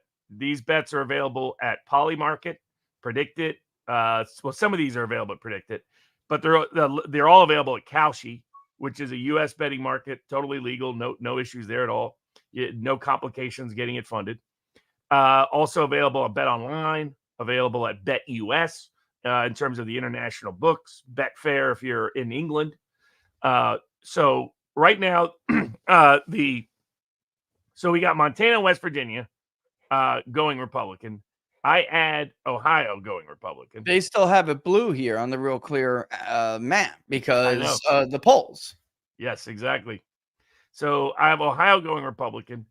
And then the question is how many of the other seats, particularly the close ones, Pennsylvania, Michigan, Wisconsin, Nevada, and Arizona, how many of those you think Republicans will win? I think they'll win at least 2 of those 5. Yeah. And that bet, Republicans to have 54 or more Senate seats after the election, is a 2-1 bet. So you get $2 for every dollar you bet. I still think the best bet on the board that given out now for 3 months here is Marino to win Ohio. It's now around 60%. When we first gave it out, it was like 40%. But that's still the best bet of the Senate because he should be, in my view, 85% to win Ohio. And then the best long shot bet I like is Carrie Lake. She's still 4-1. Yeah, that's mine. So for each dollar you bet, you win $4. You're looking at a state that early voting is telling you is going to be Trump +5, Trump +6. Even media polling has Trump up 5 or 6 in a bunch of different Arizona polls. So, and you go back, Arizona has leaned about 5% more Republican than the country. And so if Trump wins the popular national vote, Arizona is likely to be +5 or more for Trump. That means Lake just needs not to just get crushed and just have a little bit of coattails. If she's she could lose some portion of that Trump vote and still win the election because his margin's so big. So that's what I have in the Senate. R54 plus at 2-1 is my favorite bet. Second favorite, corresponding with favorite bet, Republicans to win Ohio. And my favorite long shot, Carrie Lake to win Arizona. Yeah, Lake is my long shot too, because of what we had just discussed before. Like, we've been here so many times where, by the way, there's been a kind of reverse effect because, again, remember how the polls are messing. They're messing because of certain groups that they are able to talk to and some that they're not. So Jeff Flake, he held on because Trump was on the ballot as well. But Flake was actually projected to do much better. Why? Because they were talking to certain groups. Now, Trump comes along, gets on the ballot, winds up winning. The race is called in like 15 minutes, winds up winning, and he's coasting. And Jeff Flake's race was not called for a while. Now, they did call Jeff Flake, and he was like 3-point winner, basically close. Again, within 2 points or so. Yeah, they're very close again. So just remember that, folks. And that year, Jeff Flake was going to soar to a victory, and that did not happen. All right. So I'm with you on Ohio. This is just a polling error waiting to happen. I mean, I would be stunned beyond any surprise if Moreno did not win. That would actually, and the best polls in Ohio actually do have Moreno up. All right. Like, Emerson is not bad in Ohio. They have Moreno up now. There's internal polling, who I know who does it, is a good pollster for Ohio. I still beat you in 20 22, by the way. So Vance should have hired me instead. But anyway, I did, and everybody knows it. So, just taking a little victory lap there. Well, he had it much closer. And he had it where Vance was going to win, but it was going to be closer. And I'm like, bullshit. This is going to be a 6-point easy, kind of win. And he did. I just also think, too, in the 3 Great Lakes states, they close so fast. And I'll show you the latest we have. There were days last week when McCormick led. It's just so damn close. It's noise bouncing in and out of who's in the lead. It's that close. It's noise. It's not really noise at the presidential level. It looks like Trump plus like easily 1-3, maybe more. I mean, you could see it in the poll, but McCormick doesn't get there. And that's part, what the irony is? Trump is outrunning him in Allegheny County. And it's like, he's from Allegheny County, brother. And you would think he would make some of that up in the Philadelphia burbs, but I'm actually not seeing that. So I don't know what's going on. I would set the odds for Pennsylvania, Michigan, and Wisconsin. I have about 50-50 whether they're coin tosses. Hovda too. Hovda's been bouncing in and out of the lead in both internal polls. It's like what we're looking at right here, guys, is really just watch a couple of media polls that favor it ever so slightly. The Suffolk poll actually has Trump up. In Wisconsin, they got Hovda running a little bit behind, and he's down by 2. Baldwin is only up by 1 in the Quinnipiac. Emerson had it tied. There's a weird dynamic. Going down. Dude, you cannot be an incumbent at 47% and think you're in good shape. The only thing that could save her.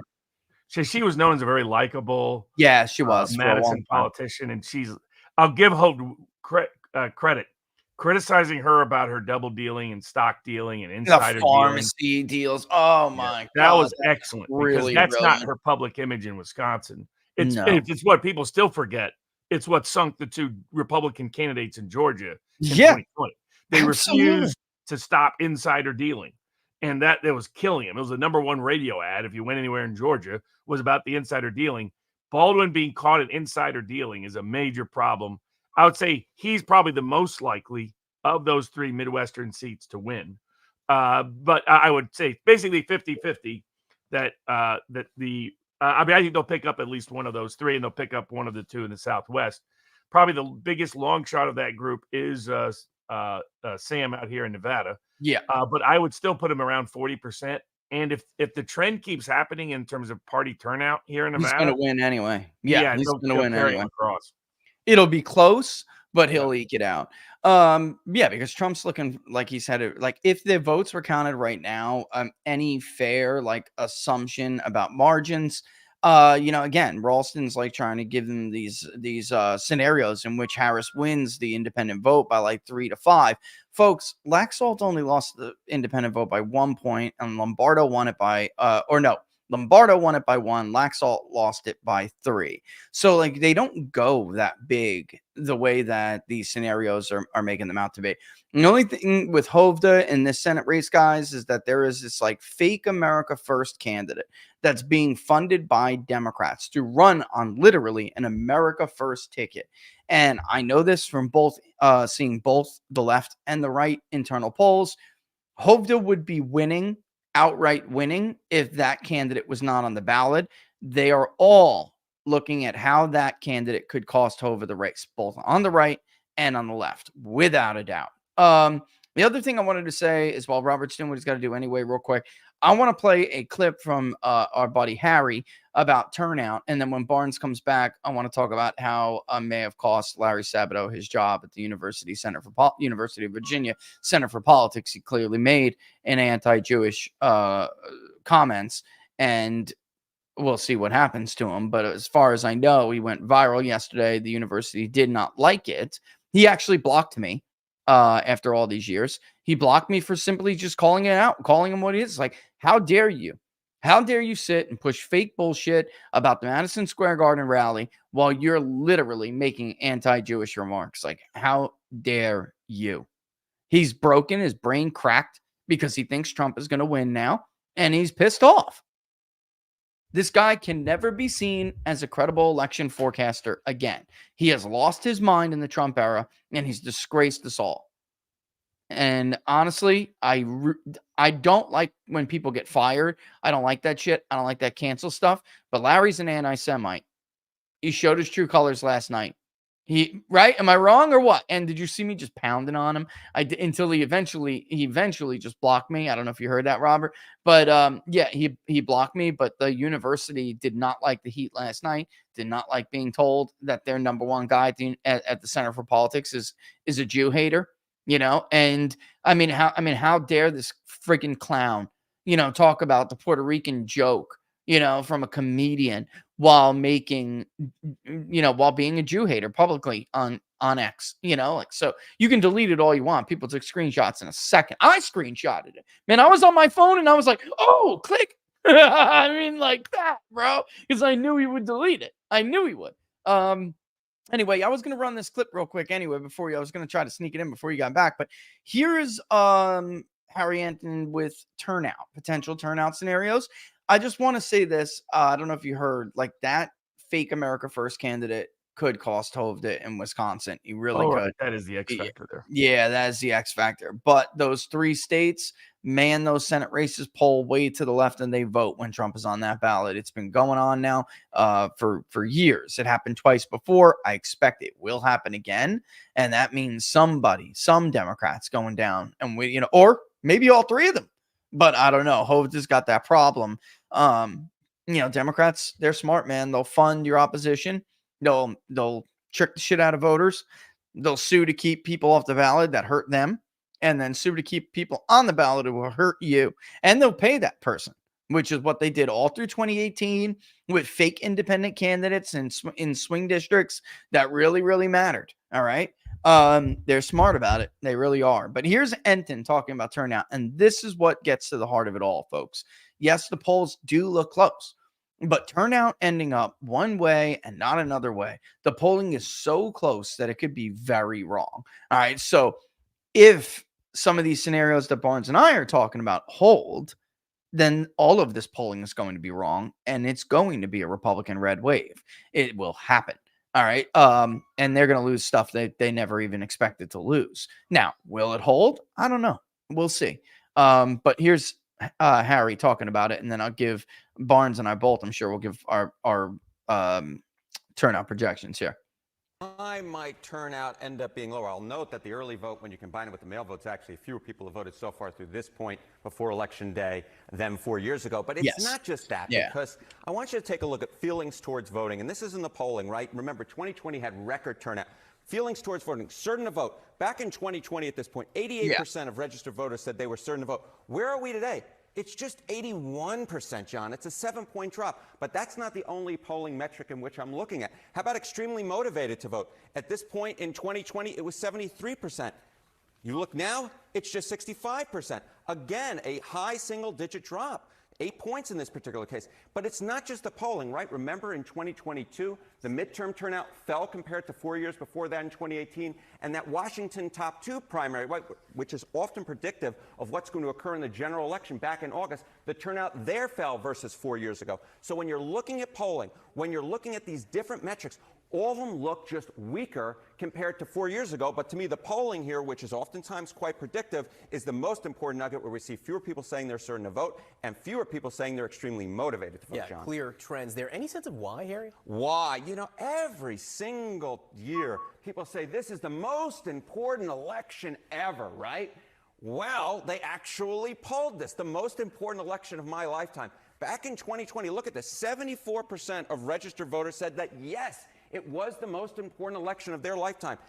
This time around, it's actually less. It's 65%. Now, that's still a pretty impressive number, but it's a drop of nearly 10 points of Americans or registered voters saying it's the most important election of their lifetime, despite the fact that we have all these politicians out there saying it. Voters are actually slightly less likely to agree with them, John. All right, so the zillion-dollar question here is, if turnout does drop, which candidate does that help or hurt more? Which candidate does it help or hurt more? This is the million-dollar question, and the million-dollar answer is one that probably satisfies neither side. Harris versus Trump margin. Lower turnout may not benefit either side. If you look at the broad universe of registered voters, you see Harris up by a point, well within the margin of error nationally. If you look at likely voters, it's still Harris by a point. Now, what's Bro, interesting here. I just got to stop this bullshit. Hold on. Bro, stop it. It's never that simple. Because, of course, if it's lower turnout, what we already can see from the data is that there's more scenarios where the turnout is lower, it will hurt Harris. And yet, who is not turning out is the key factor. Exactly. Right now, and the reality is the likely voter screens a lot of them are using. Now, it also varies. Like if you dig into the most recent polls, Harris is dropping off from registered voters to likely voters. Absolutely. She drops off with ours too now. Also, we're at 78.8 when it comes to certainty to vote. It may change a little bit here and there, but it is not what we had in 2020, which I can go back and show you. It was like 89, 87, 88. He's right, like right in the ballpark. So we are very much right on the money, man. I mean, he was 81 this year. We're just under that. And then plus you had real low propensity voters that I think only voted because of the mass mail-in voting. Of course. Yeah. Everybody got a mail-in ballot. So Absolutely. when you factor in those two, like it was interesting. Apparently the betting markets, apparently Nate Silver has predicted this, that at least according to what I saw, the because I'm not going to waste my time or money subscribing to the Not Gold bulletin. No shit. But is that this is going to be the biggest turnout election ever? And it's like, I don't see it. It's not there in the voter enthusiasm data. It's not there in the registration. It's not there in the early vote. Yeah, even Harry doesn't agree with that. I mean, he's all alone. He's all alone there. At first, it did look like it was going to be a very high turnout election, and then they swapped Harris.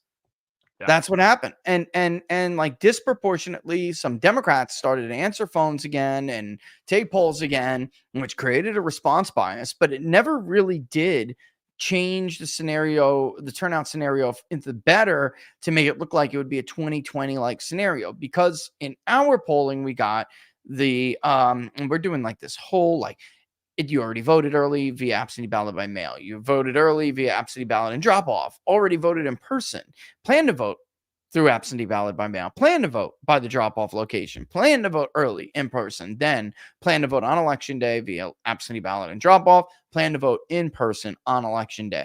This is what is funny.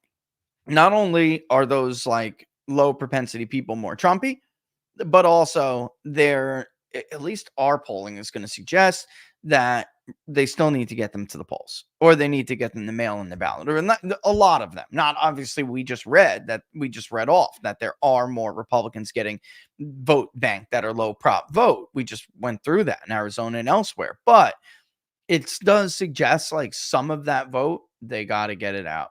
And men, like, again, it's easier to get women, Republican women, for some reason to vote early. I don't know what it is, but I just can tell you how it is, not why it is yet. But where is the in-person election day vote partisan difference? Yeah, that's a good question. Let's look by party here. Let me do a compare. It's always going to take me a second to do compare segments. Let's do that.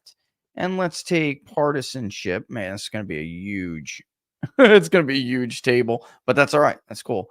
And we also have third-party registered third-party people here. All right, so let's go back up. Let's go to first of all, certain to vote. Republicans have the edge there, by the way. They are 3 points higher. So among those who said they were certain to vote, Republicans are a higher share of those overall. This is what I think people misunderstand when they think about how pollster does a likely voter model. All right. Because like 90% of Republicans said they're certain to vote versus 85% of Democrats. Yeah, you look at that, and I show that to people as well. But it's also, you're looking at the sample as the overall electorate. So when you're looking at who is certain to vote, it suggests this could be upwards. It's probably going to be like R+1, R+2. It could be like R+3, which would be insane. It actually could be R+4. Why? Because Republicans are a little over 3 points more, and I'm giving you a confidence interval, basically. Republicans are more likely to be a larger share of the overall electorate. It's looking like R+3 39.7 to Republican 40, Democrat 38. All right, let me just make it simple for everybody. And then on election day, first of all, here's cool too. I've never voted. Republicans have they are 1, 2, 3, 4. They are 5 and change higher of the I never voted. So that makes totally in line actually with what we're seeing. And then that's the recall vote. Here we go. I need this thing to generate. It's taking forever. Plan to vote on election day is still Republican 47 to Democrat 25. Let me just show you this because this is cool. Let me show you. This rebuts the Maine Democratic turnout thesis. It's bullshit. It ain't gonna happen. It's gonna be even or even plus Democrat on election day. Good luck, and homie. I hadn't seen any evidence of that in the polling to date. That it was still more Republicans saying they were going to vote on election day than Democrats in the data I had seen. Yeah. So this is what I was really curious. Had something changed in the last 2 weeks where they suddenly decided to vote early, or were we still going to get a Republican edge on election day vote?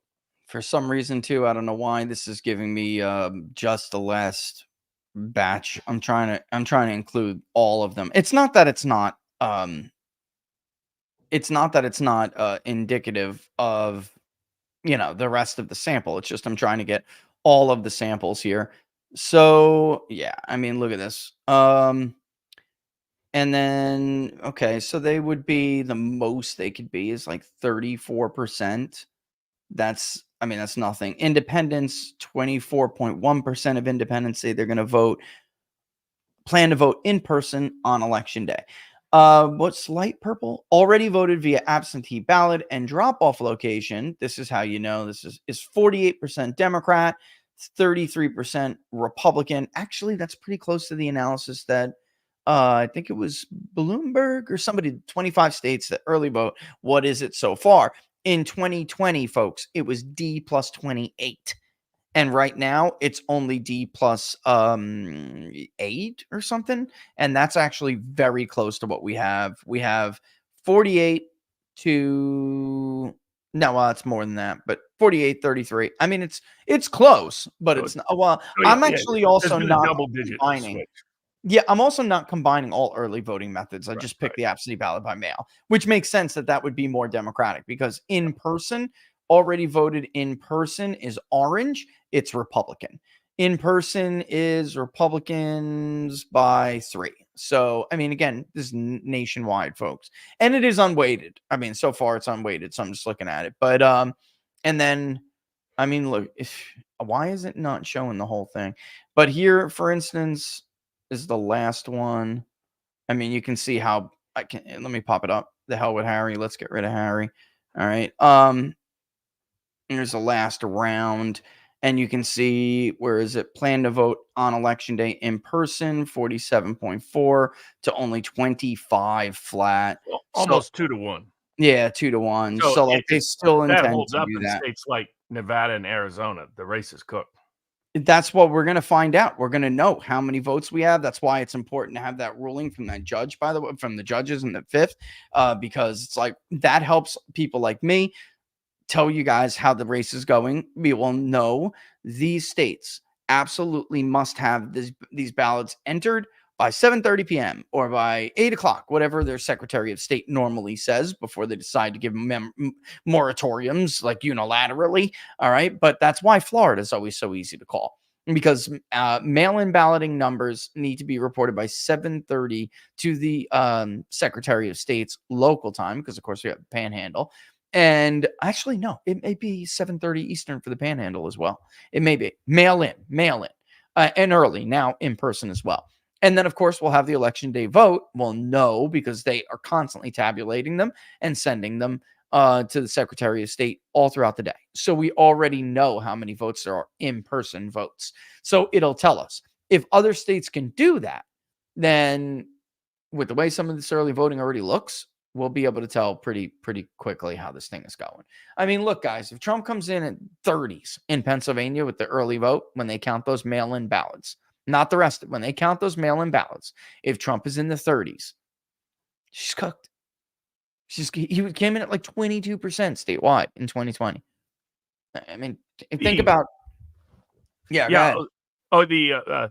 So gave out some free Senate picks, free House picks. Somebody asked about the Republicans to hold the House. It's even money. And a couple of individual seats that I think are good odds are Iowa 1, Washington 3, Alaska 1. The Republican is the underdog in all three. I think it's that they pick up at least 2 of those 3, if not all 3.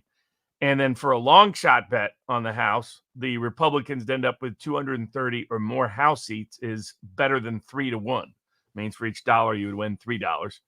And then on the presidential election, probably your best odds currently is the Trump to have a swing state sweep. Yeah, which at the various markets is trading around 2-1, whether it's Polymarket, Predicted, Kalshi, the Bet Online, Bet US, you name it. They're all about 2-1, and I think that that's probably even a little bit better bet than Trump to win the popular vote, because that's now trading all the way up to 40% or higher that he wins the popular vote.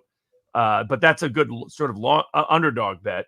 If you wanted a safer bet, it's Trump to win North Carolina by 4 or more. Somehow that's trading even. That doesn't. What's 3?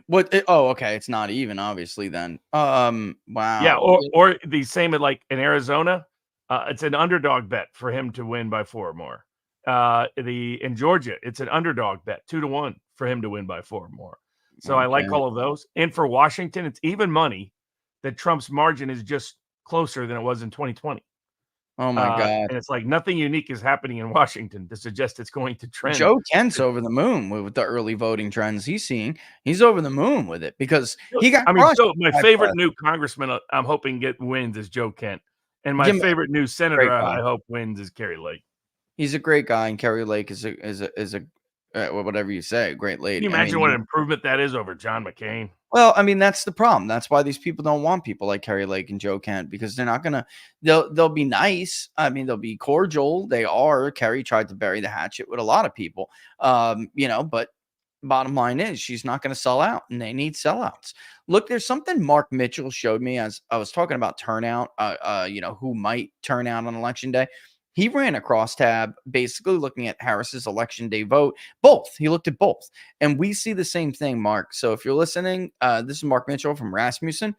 The unlikely to vote, or we do it a little bit different. We'll say, are you certain, right? Are you likely, meaning the odds are greater than 50-50.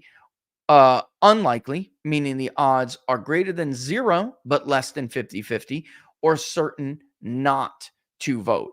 If you look at the share of Democrats, all right, in our polling, those who said they are certain not to vote, 30% of them are Democrats, only 24% are Republicans, all right? And then 31% independents, right? And something else is its own share. This is what Mark has on probably won't vote, all right? This is some people do include the probably won'ts, all right, in the overall. Right. So this is how in person on election day, Trump is winning 51 to 44. Early in person, she's only winning by 4. This is close to what we found, actually. Vote by mail, she's winning 58-35. She's fucking cooked if that's that number. Bottom line, Joe Biden was winning. This is the thing I wanted to tell people too before we end. Don't forget, if you haven't watched Barnes and I, if you're new, right, and you don't remember us just completely dissecting the early vote polling numbers from 2020. And guess what? With the exception of a few places like Pennsylvania, they did not come in the way that the poll suggested the early vote would come in. Even the New York Times overstated Biden's share in Pennsylvania with the early vote, way overstated it. But that wouldn't cause the error all alone. They missed the bigger margin on election day because those are the kind of voters, those are the demographic subgroups, non-educated, right? That, or let's call them not credentialed, right? That are more difficult to poll. So actually, it's 2 things going on: overstating Democrats' margin in the mail and understating Republicans' margin on election day. 2 things that are going on. But look at the share of people who say they probably won't vote. 71% of the sample are Harris people. All right. So that's huge.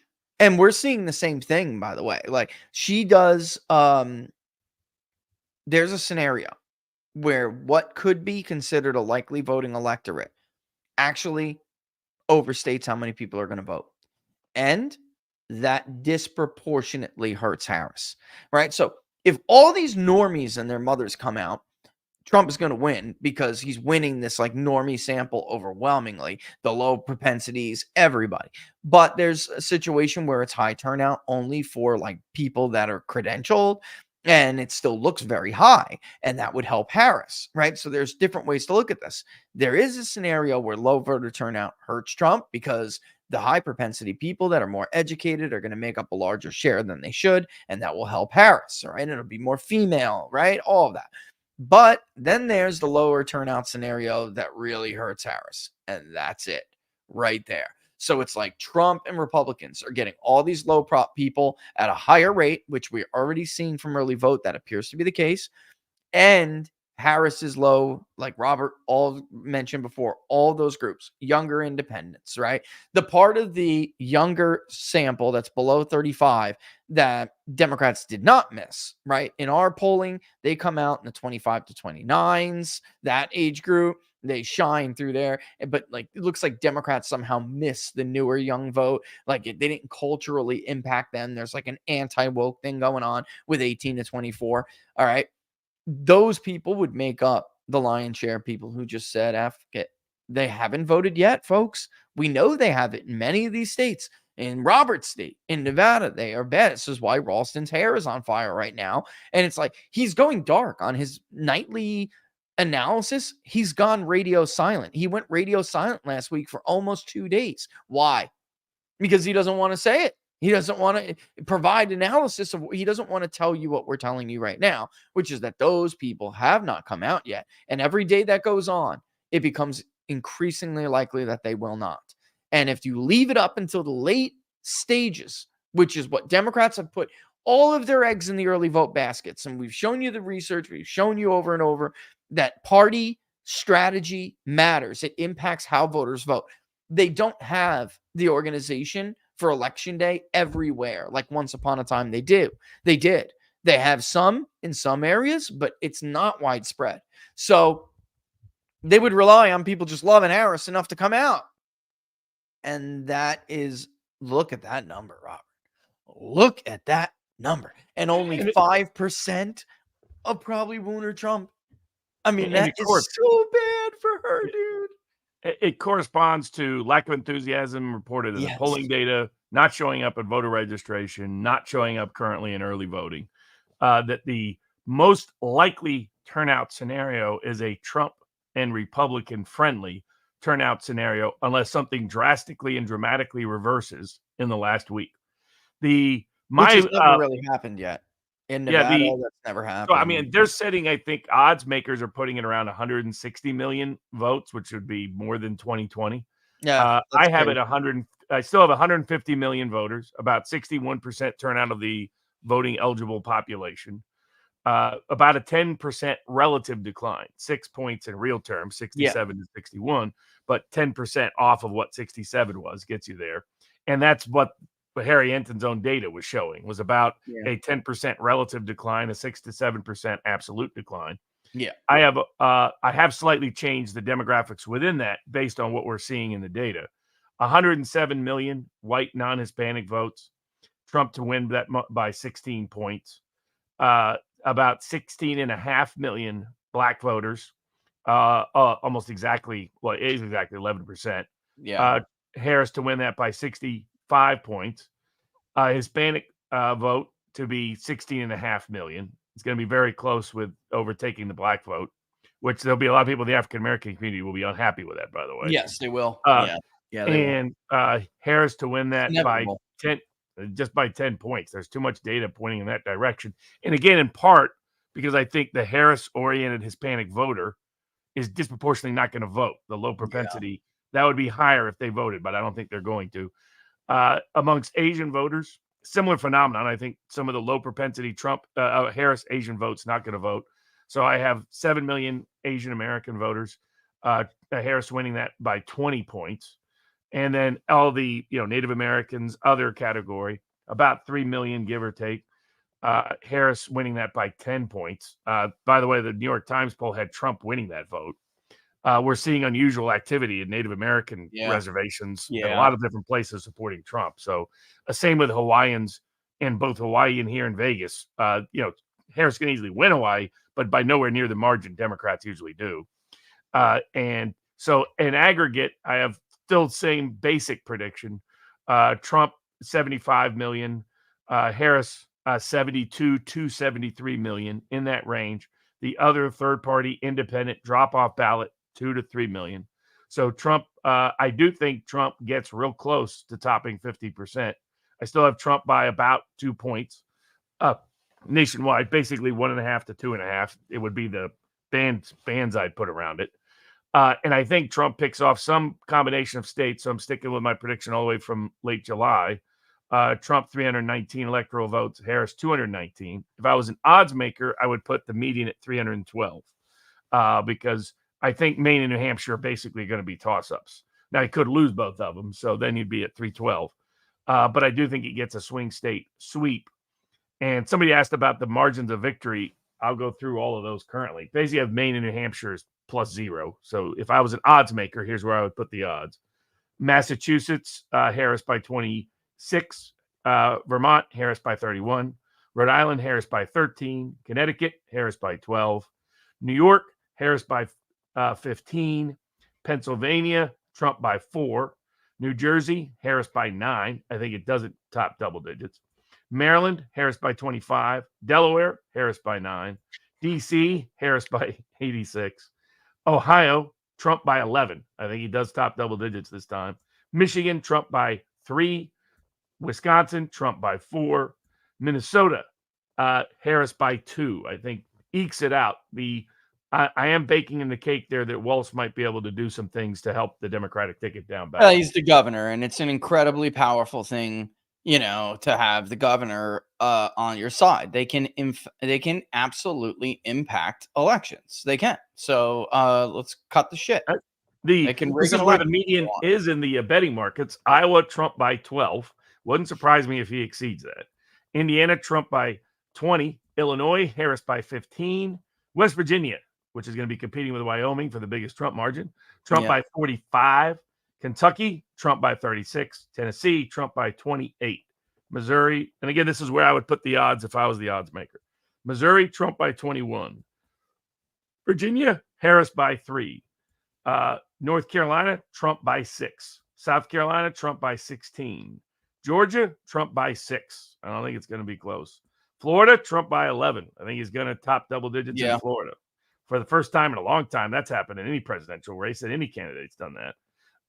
Alabama, there's actually betting odds. Can Trump beat a 30-point margin? I think Trump wins Alabama by 31. Mississippi, Trump by 20. There's bets up on whether he can do that. Louisiana, Trump by 24. May go higher, given where early voting is trending in Louisiana. Arkansas, Trump by 29. Oklahoma, Trump by 30. Texas, Trump by 11. I think he does top double digits in Texas. Even the New York Times. New York Times. 10 today. And you look at the underlying early vote and other voting trends, heavily towards Trump. Kansas, Trump by 22. Nebraska, Trump by 27. North Dakota, Trump by 40. South Dakota, Trump by 33. Montana, Trump by 23. Wyoming, Trump, I think it will be the Trumpiest state again. Trump by 48. Colorado, Harris by 5. That's why some polls, I think, are showing it within the margin of error in their insider polls. In which state was that again? Which one was that? Colorado, Harris to win by 5. And just to let you know, in Oregon, that is confirmed. WRAL has been reporting it. They are absolutely burning ballots in the drop boxes in Republican areas. Like, what the fuck, dude? Well, they just Oregon, can't. Yeah, that's they what just happens. You're like controlled by the communist of Portland. And we know, I got to just say this real quick. If you voted by mail, there's nothing wrong with that. Track your ballot. Use the state website to track your ballot. I'm trying to get these guys to just come forward, but police have been investigating now multiple counties, postal offices, and complaints from postal employees. Okay. who say, and we know from a video that there is in fact one in the Bucks location that they had to go to, and in Hamburg in Berks County, there was another one they had to go to there, and they're the Harris Waltz campaign offices near the postal offices. And Robert, they're saying they're being told that they're liberal employees. They're getting these lists from the Harris Waltz offices, which are covered for some reason, like you can't see inside. And if they come across the names on the list, they're to throw their ballots out. And they, in fact, found many ballots in the trash. So they called the police. Now, the police can't do anything about it. They can come and investigate and write a report. They're afraid to like go public with it. But it's happened in multiple locations. One in Erie, one in Berks, one in Bucks.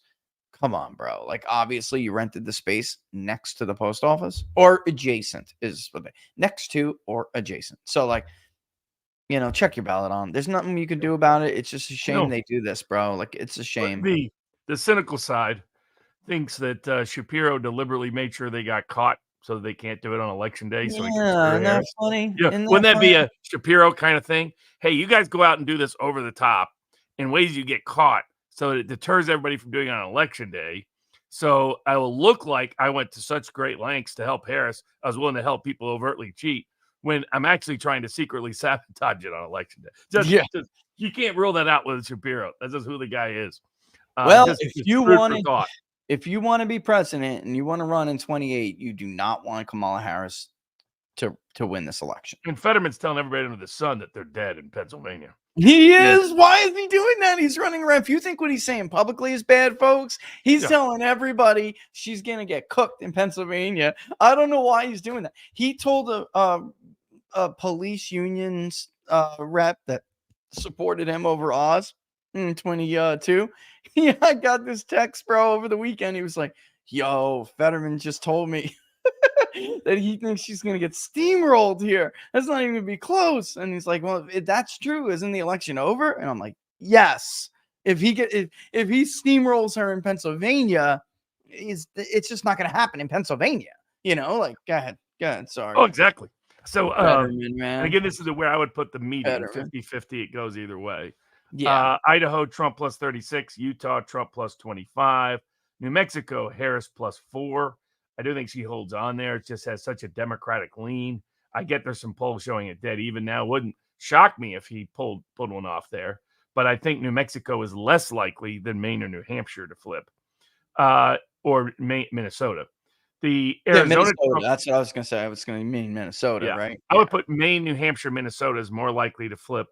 Will this lead into your election predictions about where things can go than Virginia or New Mexico. Arizona, Trump plus 6. I really don't think it's going to be close. Nevada, Trump plus 3. But I may increase that because of if early voting keeps going the way it's going, it may be Trump plus 4. Even Ralston just said it's looking like a Trump plus 4. Exactly. Washington, Harris plus 14. California, Harris plus 25. It may go under that. The way, again, everybody votes by mail in California. The way it's trending is trending like the rest of the country. So she may get 24, 23, somewhere in that neighborhood. Oregon, Harris plus 8. I don't think it reaches double digits. Alaska, Trump plus 15. There's some bets out there about whether Alaska or Florida is more Trumpy. I still think that's going to lean Alaska. Harris in Hawaii, Harris by 21. I mean, there's just some underlying Hawaiians are not happy with what happened with Maui. A lot of the native Hawaiians are not happy with Harris or Democrats. I think that shows up in below average performance. So there's your median prediction of where I think the margin of victory would be if I was the odds maker. And if you're out there and you have options to bet those states, if there's a disparity of 2.5 points or more, then bet that way would be my advice.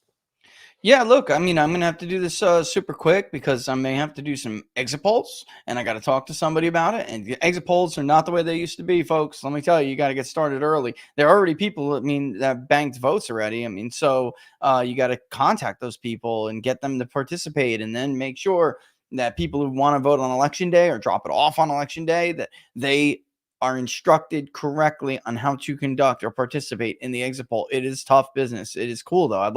It's a change, so I like it. And I hope that we wind up doing it. It would be for Arizona and Wisconsin if we do it.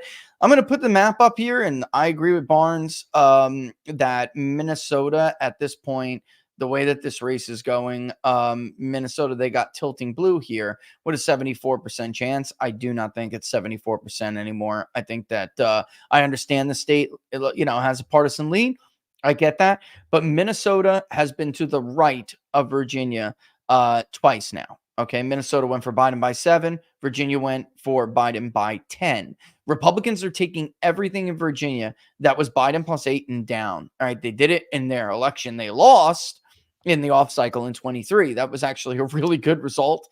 What the point is, though, is if there really maintains that kind of a swing in Virginia, and she holds it, but she holds it by like 2 points, right? Even 4. They cannot sustain that swing in other states.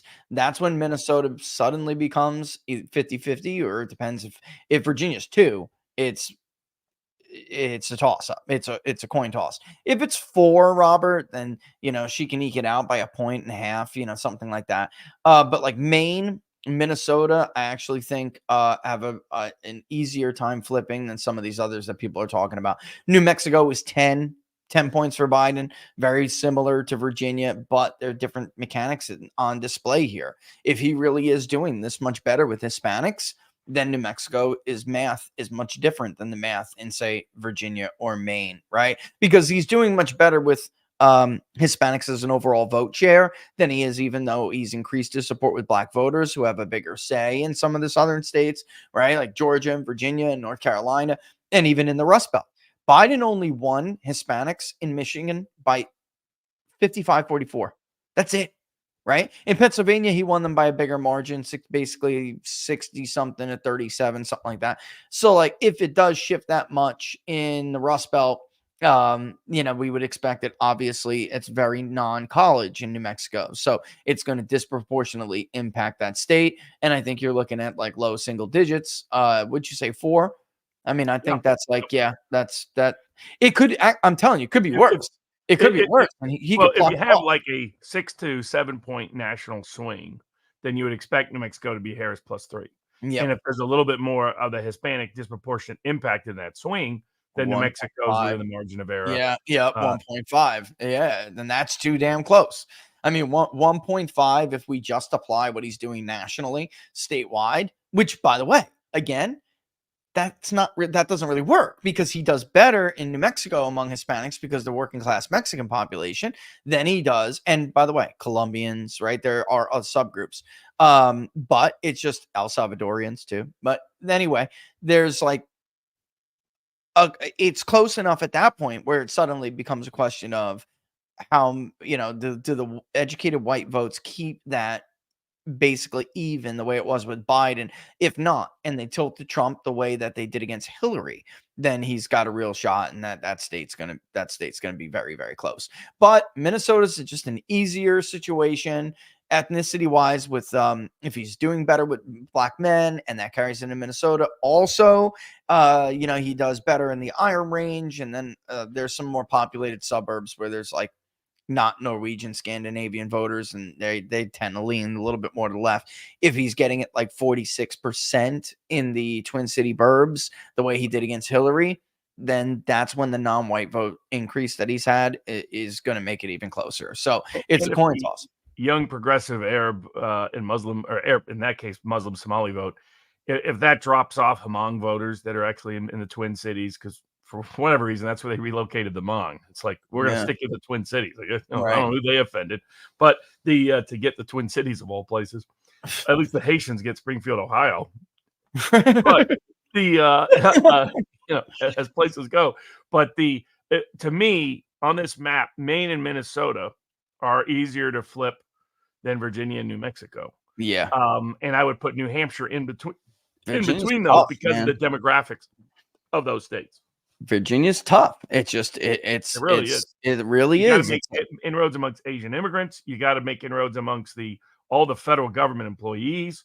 Now, the one thing I would say, or have them not vote, brother, and then drive the mountain vote to 19% like Youngkin did. That's how he some did of the young black vote is way down. That's Democratic leaning in Virginia. That can make a disproportionate impact. And does Virginia Beach in the center part of the state that trended so heavily towards Biden trend back and look more like Hillary numbers?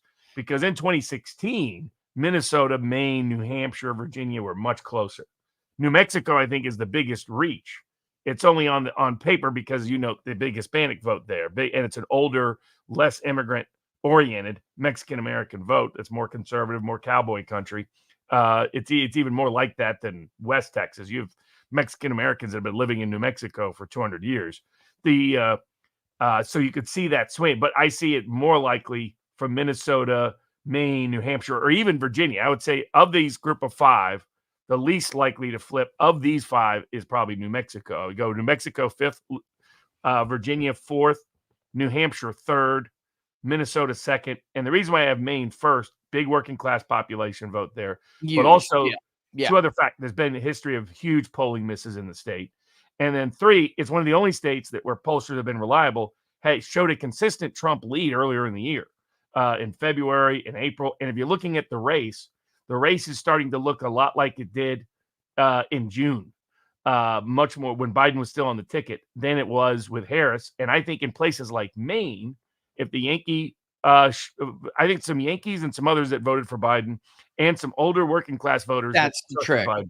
I see them disproportionately dropping off for Harris. And that's what makes Maine a 2/3 working class state that's easier for Trump to flip than more suburban, college-educated New Hampshire, more immigrant government worker Virginia, and so forth. Yeah, that too. And age folks, Maine has seniors that are actually more Democratic. Trump, when he did very well, always did well with younger voters. Look at how he did in Maine with younger voters in 2016. If he can replicate that with all of the other swings that we've seen, and by the way, he did because a lot of people didn't want to come out and vote for Hillary. I mean, that's it. So if he can replicate that, then the state is going to be much closer. Let me just show you nobody's tracked Virginia. Nobody's tracked the Maine early vote. It has the same double-digit swing from 2020 in Democratic decline and voter participation. And if you look at how it's projecting out, they're not going to have enough Democratic votes banked to offset the likely election day vote in Maine for Trump. So already the numbers in Maine look as bad, relatively speaking, as they do in North Carolina, Florida, Texas, Georgia, Arizona, and all the rest in terms of relative. That you're seeing an even bigger swing in who's voting so far, who's already requested ballots, and likely election day voting in Maine. Right now, it projects as Trump +1 in Maine if the current trends keep happening. This is from Data Guru, to give him credit. He's doing, this is Nova, Northern Virginia. And I mean, I'm telling you right now, this is a winning number. All right. So this is the early vote as he has it modeled in Nova. All right. So just to give people an idea, obviously most Democratic area, but in Fairfax County, 31%, Fairfax City, Republicans are modeled at 32.2. Even if you look at Loudoun, 37.1, that's slightly over the vote share that Trump got overall with the election day vote. In 2020, he got 36.7%. This is early vote.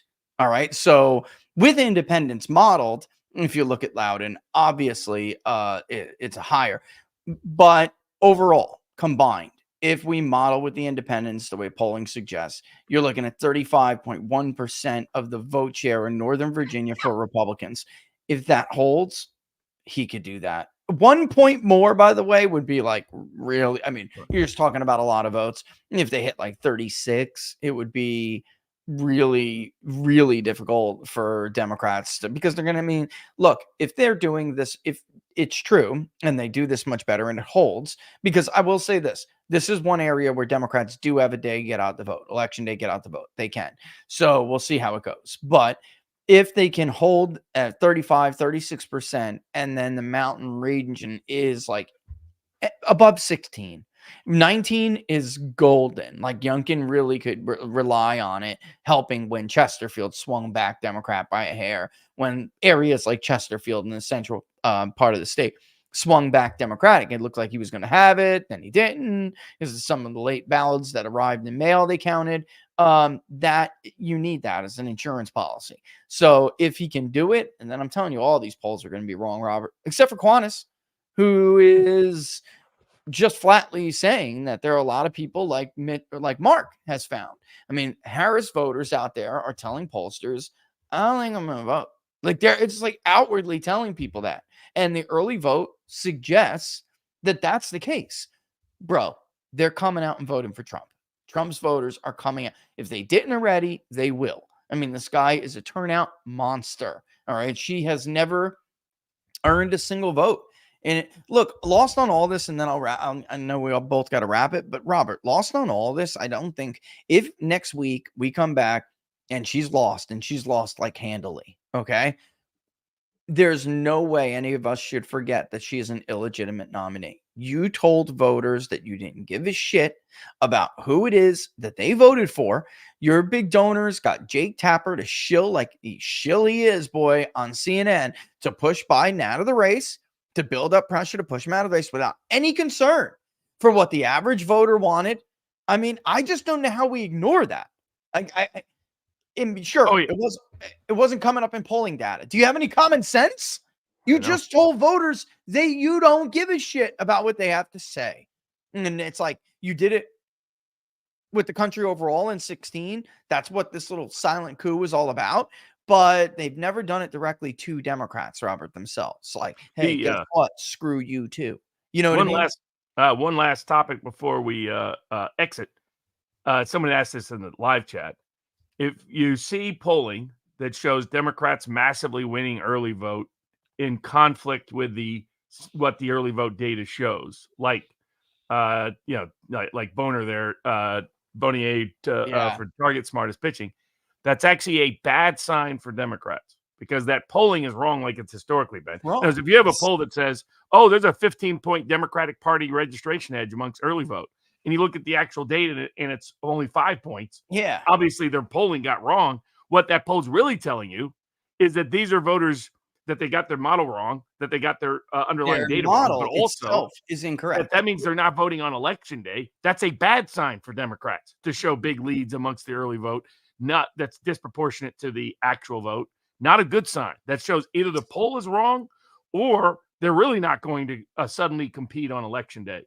And so that data, can you remind people that's why that's a sign of a bad poll or bad information for Democrats. It's not a good sign if polls are showing Democrats with a disproportionate lead of the early vote compared to the actual registration data we have. A lot of this from 2020, they were showing Biden running away with this. It came from his early vote edge, which of course he had. He just did not have that big. It was 28 points. It was not some polls were like 35, 40. It was ridiculous. Even in our own polling, folks, we were constantly warning you that we're pretty sure we're overstating the Democratic edge in the early vote. They got one, but it ain't as big. All right. And guess what? We did overstate Biden in several states, so that would be why. It's just, you got to recalibrate. Once you know and you have data, you have to recalibrate. I think it's probably more along the lines of what Mark found, actually, that if they are winning, they're winning by like 8 points, 5 points, something like that. The election day will be closer than it was in 2020 because Republicans are banking more votes. So it's like you're baking a cake, folks. Maybe you add certain ingredients into that cake differently and a different order that you add them in the past, but you're still baking the same cake. Right. And the fundamentals are going to decide what that cake tastes like. And that's it, So I mean, really, that's where I come down on it. But thanks to data analyst CK on Twitter, the data guru, who's tracking Nova. That's interesting stuff and by age, man, it just looks awful for Democrats. It's like awful. And the one thing they could point to is that it's more female. But again, the last thing I'll leave you guys with, in our research, it was just much easier to convince women who are even Republican to vote early. And guys, if they were going to do it in person. So keep that in mind, depending on when did states in-person early voting open up, right? Makes sense as to why more Republican men began voting in North Carolina now early, right? Because they just started in person not long ago. So Michigan was Saturday, brother, Saturday. So we got some time. Time is quickly running out for her in states like Nevada and Arizona. I think is over. I'm sorry. I'm just going to say it out loud. 100,000 vote lead. Bro, blow me. She's not making that up. Okay. Like, not to be crude. Blow me. She's not making that up. Come on, give me a break. Yeah, sure. We can all listen to Mr. Boner at Target Fart. Maybe she's winning 25% of them. Sure. Okay. So yeah, with that in mind, Robert, where do people check you out, brother? Yeah, I'm going to be putting up all of my best bets for the 2024 election at sportspicks.locals.com. So go to sportspicks.locals.com. That's where I'll have all the best bets. I'll be posting them later today for each of the betting markets. And remember, if you want the good polling data down the stretch, go to the Public Polling Project at the Big Data Poll and help fund it, because it's entirely publicly funded, so it's entirely publicly transparent. If you want honest, accurate data, and you want other people to have, like campaigns and others, to have honest, accurate data, no better way to support that than the Public Polling Project. Thanks, brother, as always. And Robert said it best. Go to the Public Polling Project. You can also check me out at peoplespundit.locals.com. Man, I'll see you next week, brother. Have a good one. All right, that's Robert Barnes, ladies and gentlemen. I'm going to cue the music and roll on out of here. Do not forget that we pop on the off days for small little inside the numbers tidbits. All right. Especially when I have polling that I need to release, which is like now. So we'll be doing that tomorrow, almost certainly. So just get that on your dance card. All right. So I'm going to go and crunch some numbers and try to get this stuff for you as fast as possible. If we do a 3-day rolling average, I need one more day, because what's going to happen is we're going to have 2 days that will dump on you. That very first day will be 3 in its entirety. And then starting Wednesday, we'll always have a new fresh day for the rolling average. All right. All right, guys. I wish I had an API that would just feed right into Market Site and make my life super easy. But unfortunately, I don't. I get to export the data set all at once and then upload it. And there is a data append feature. It's just that it doesn't always work how you want it to, especially when you change the names of the variables to make it look pretty so everyone can digest it. And I got to redo it all basically anyway. So, all right. But with that in mind, I'm going to play the music, cue the end game. See you guys soon. Thanks for watching. Don't forget to like the videos if you like them. All the best, folks.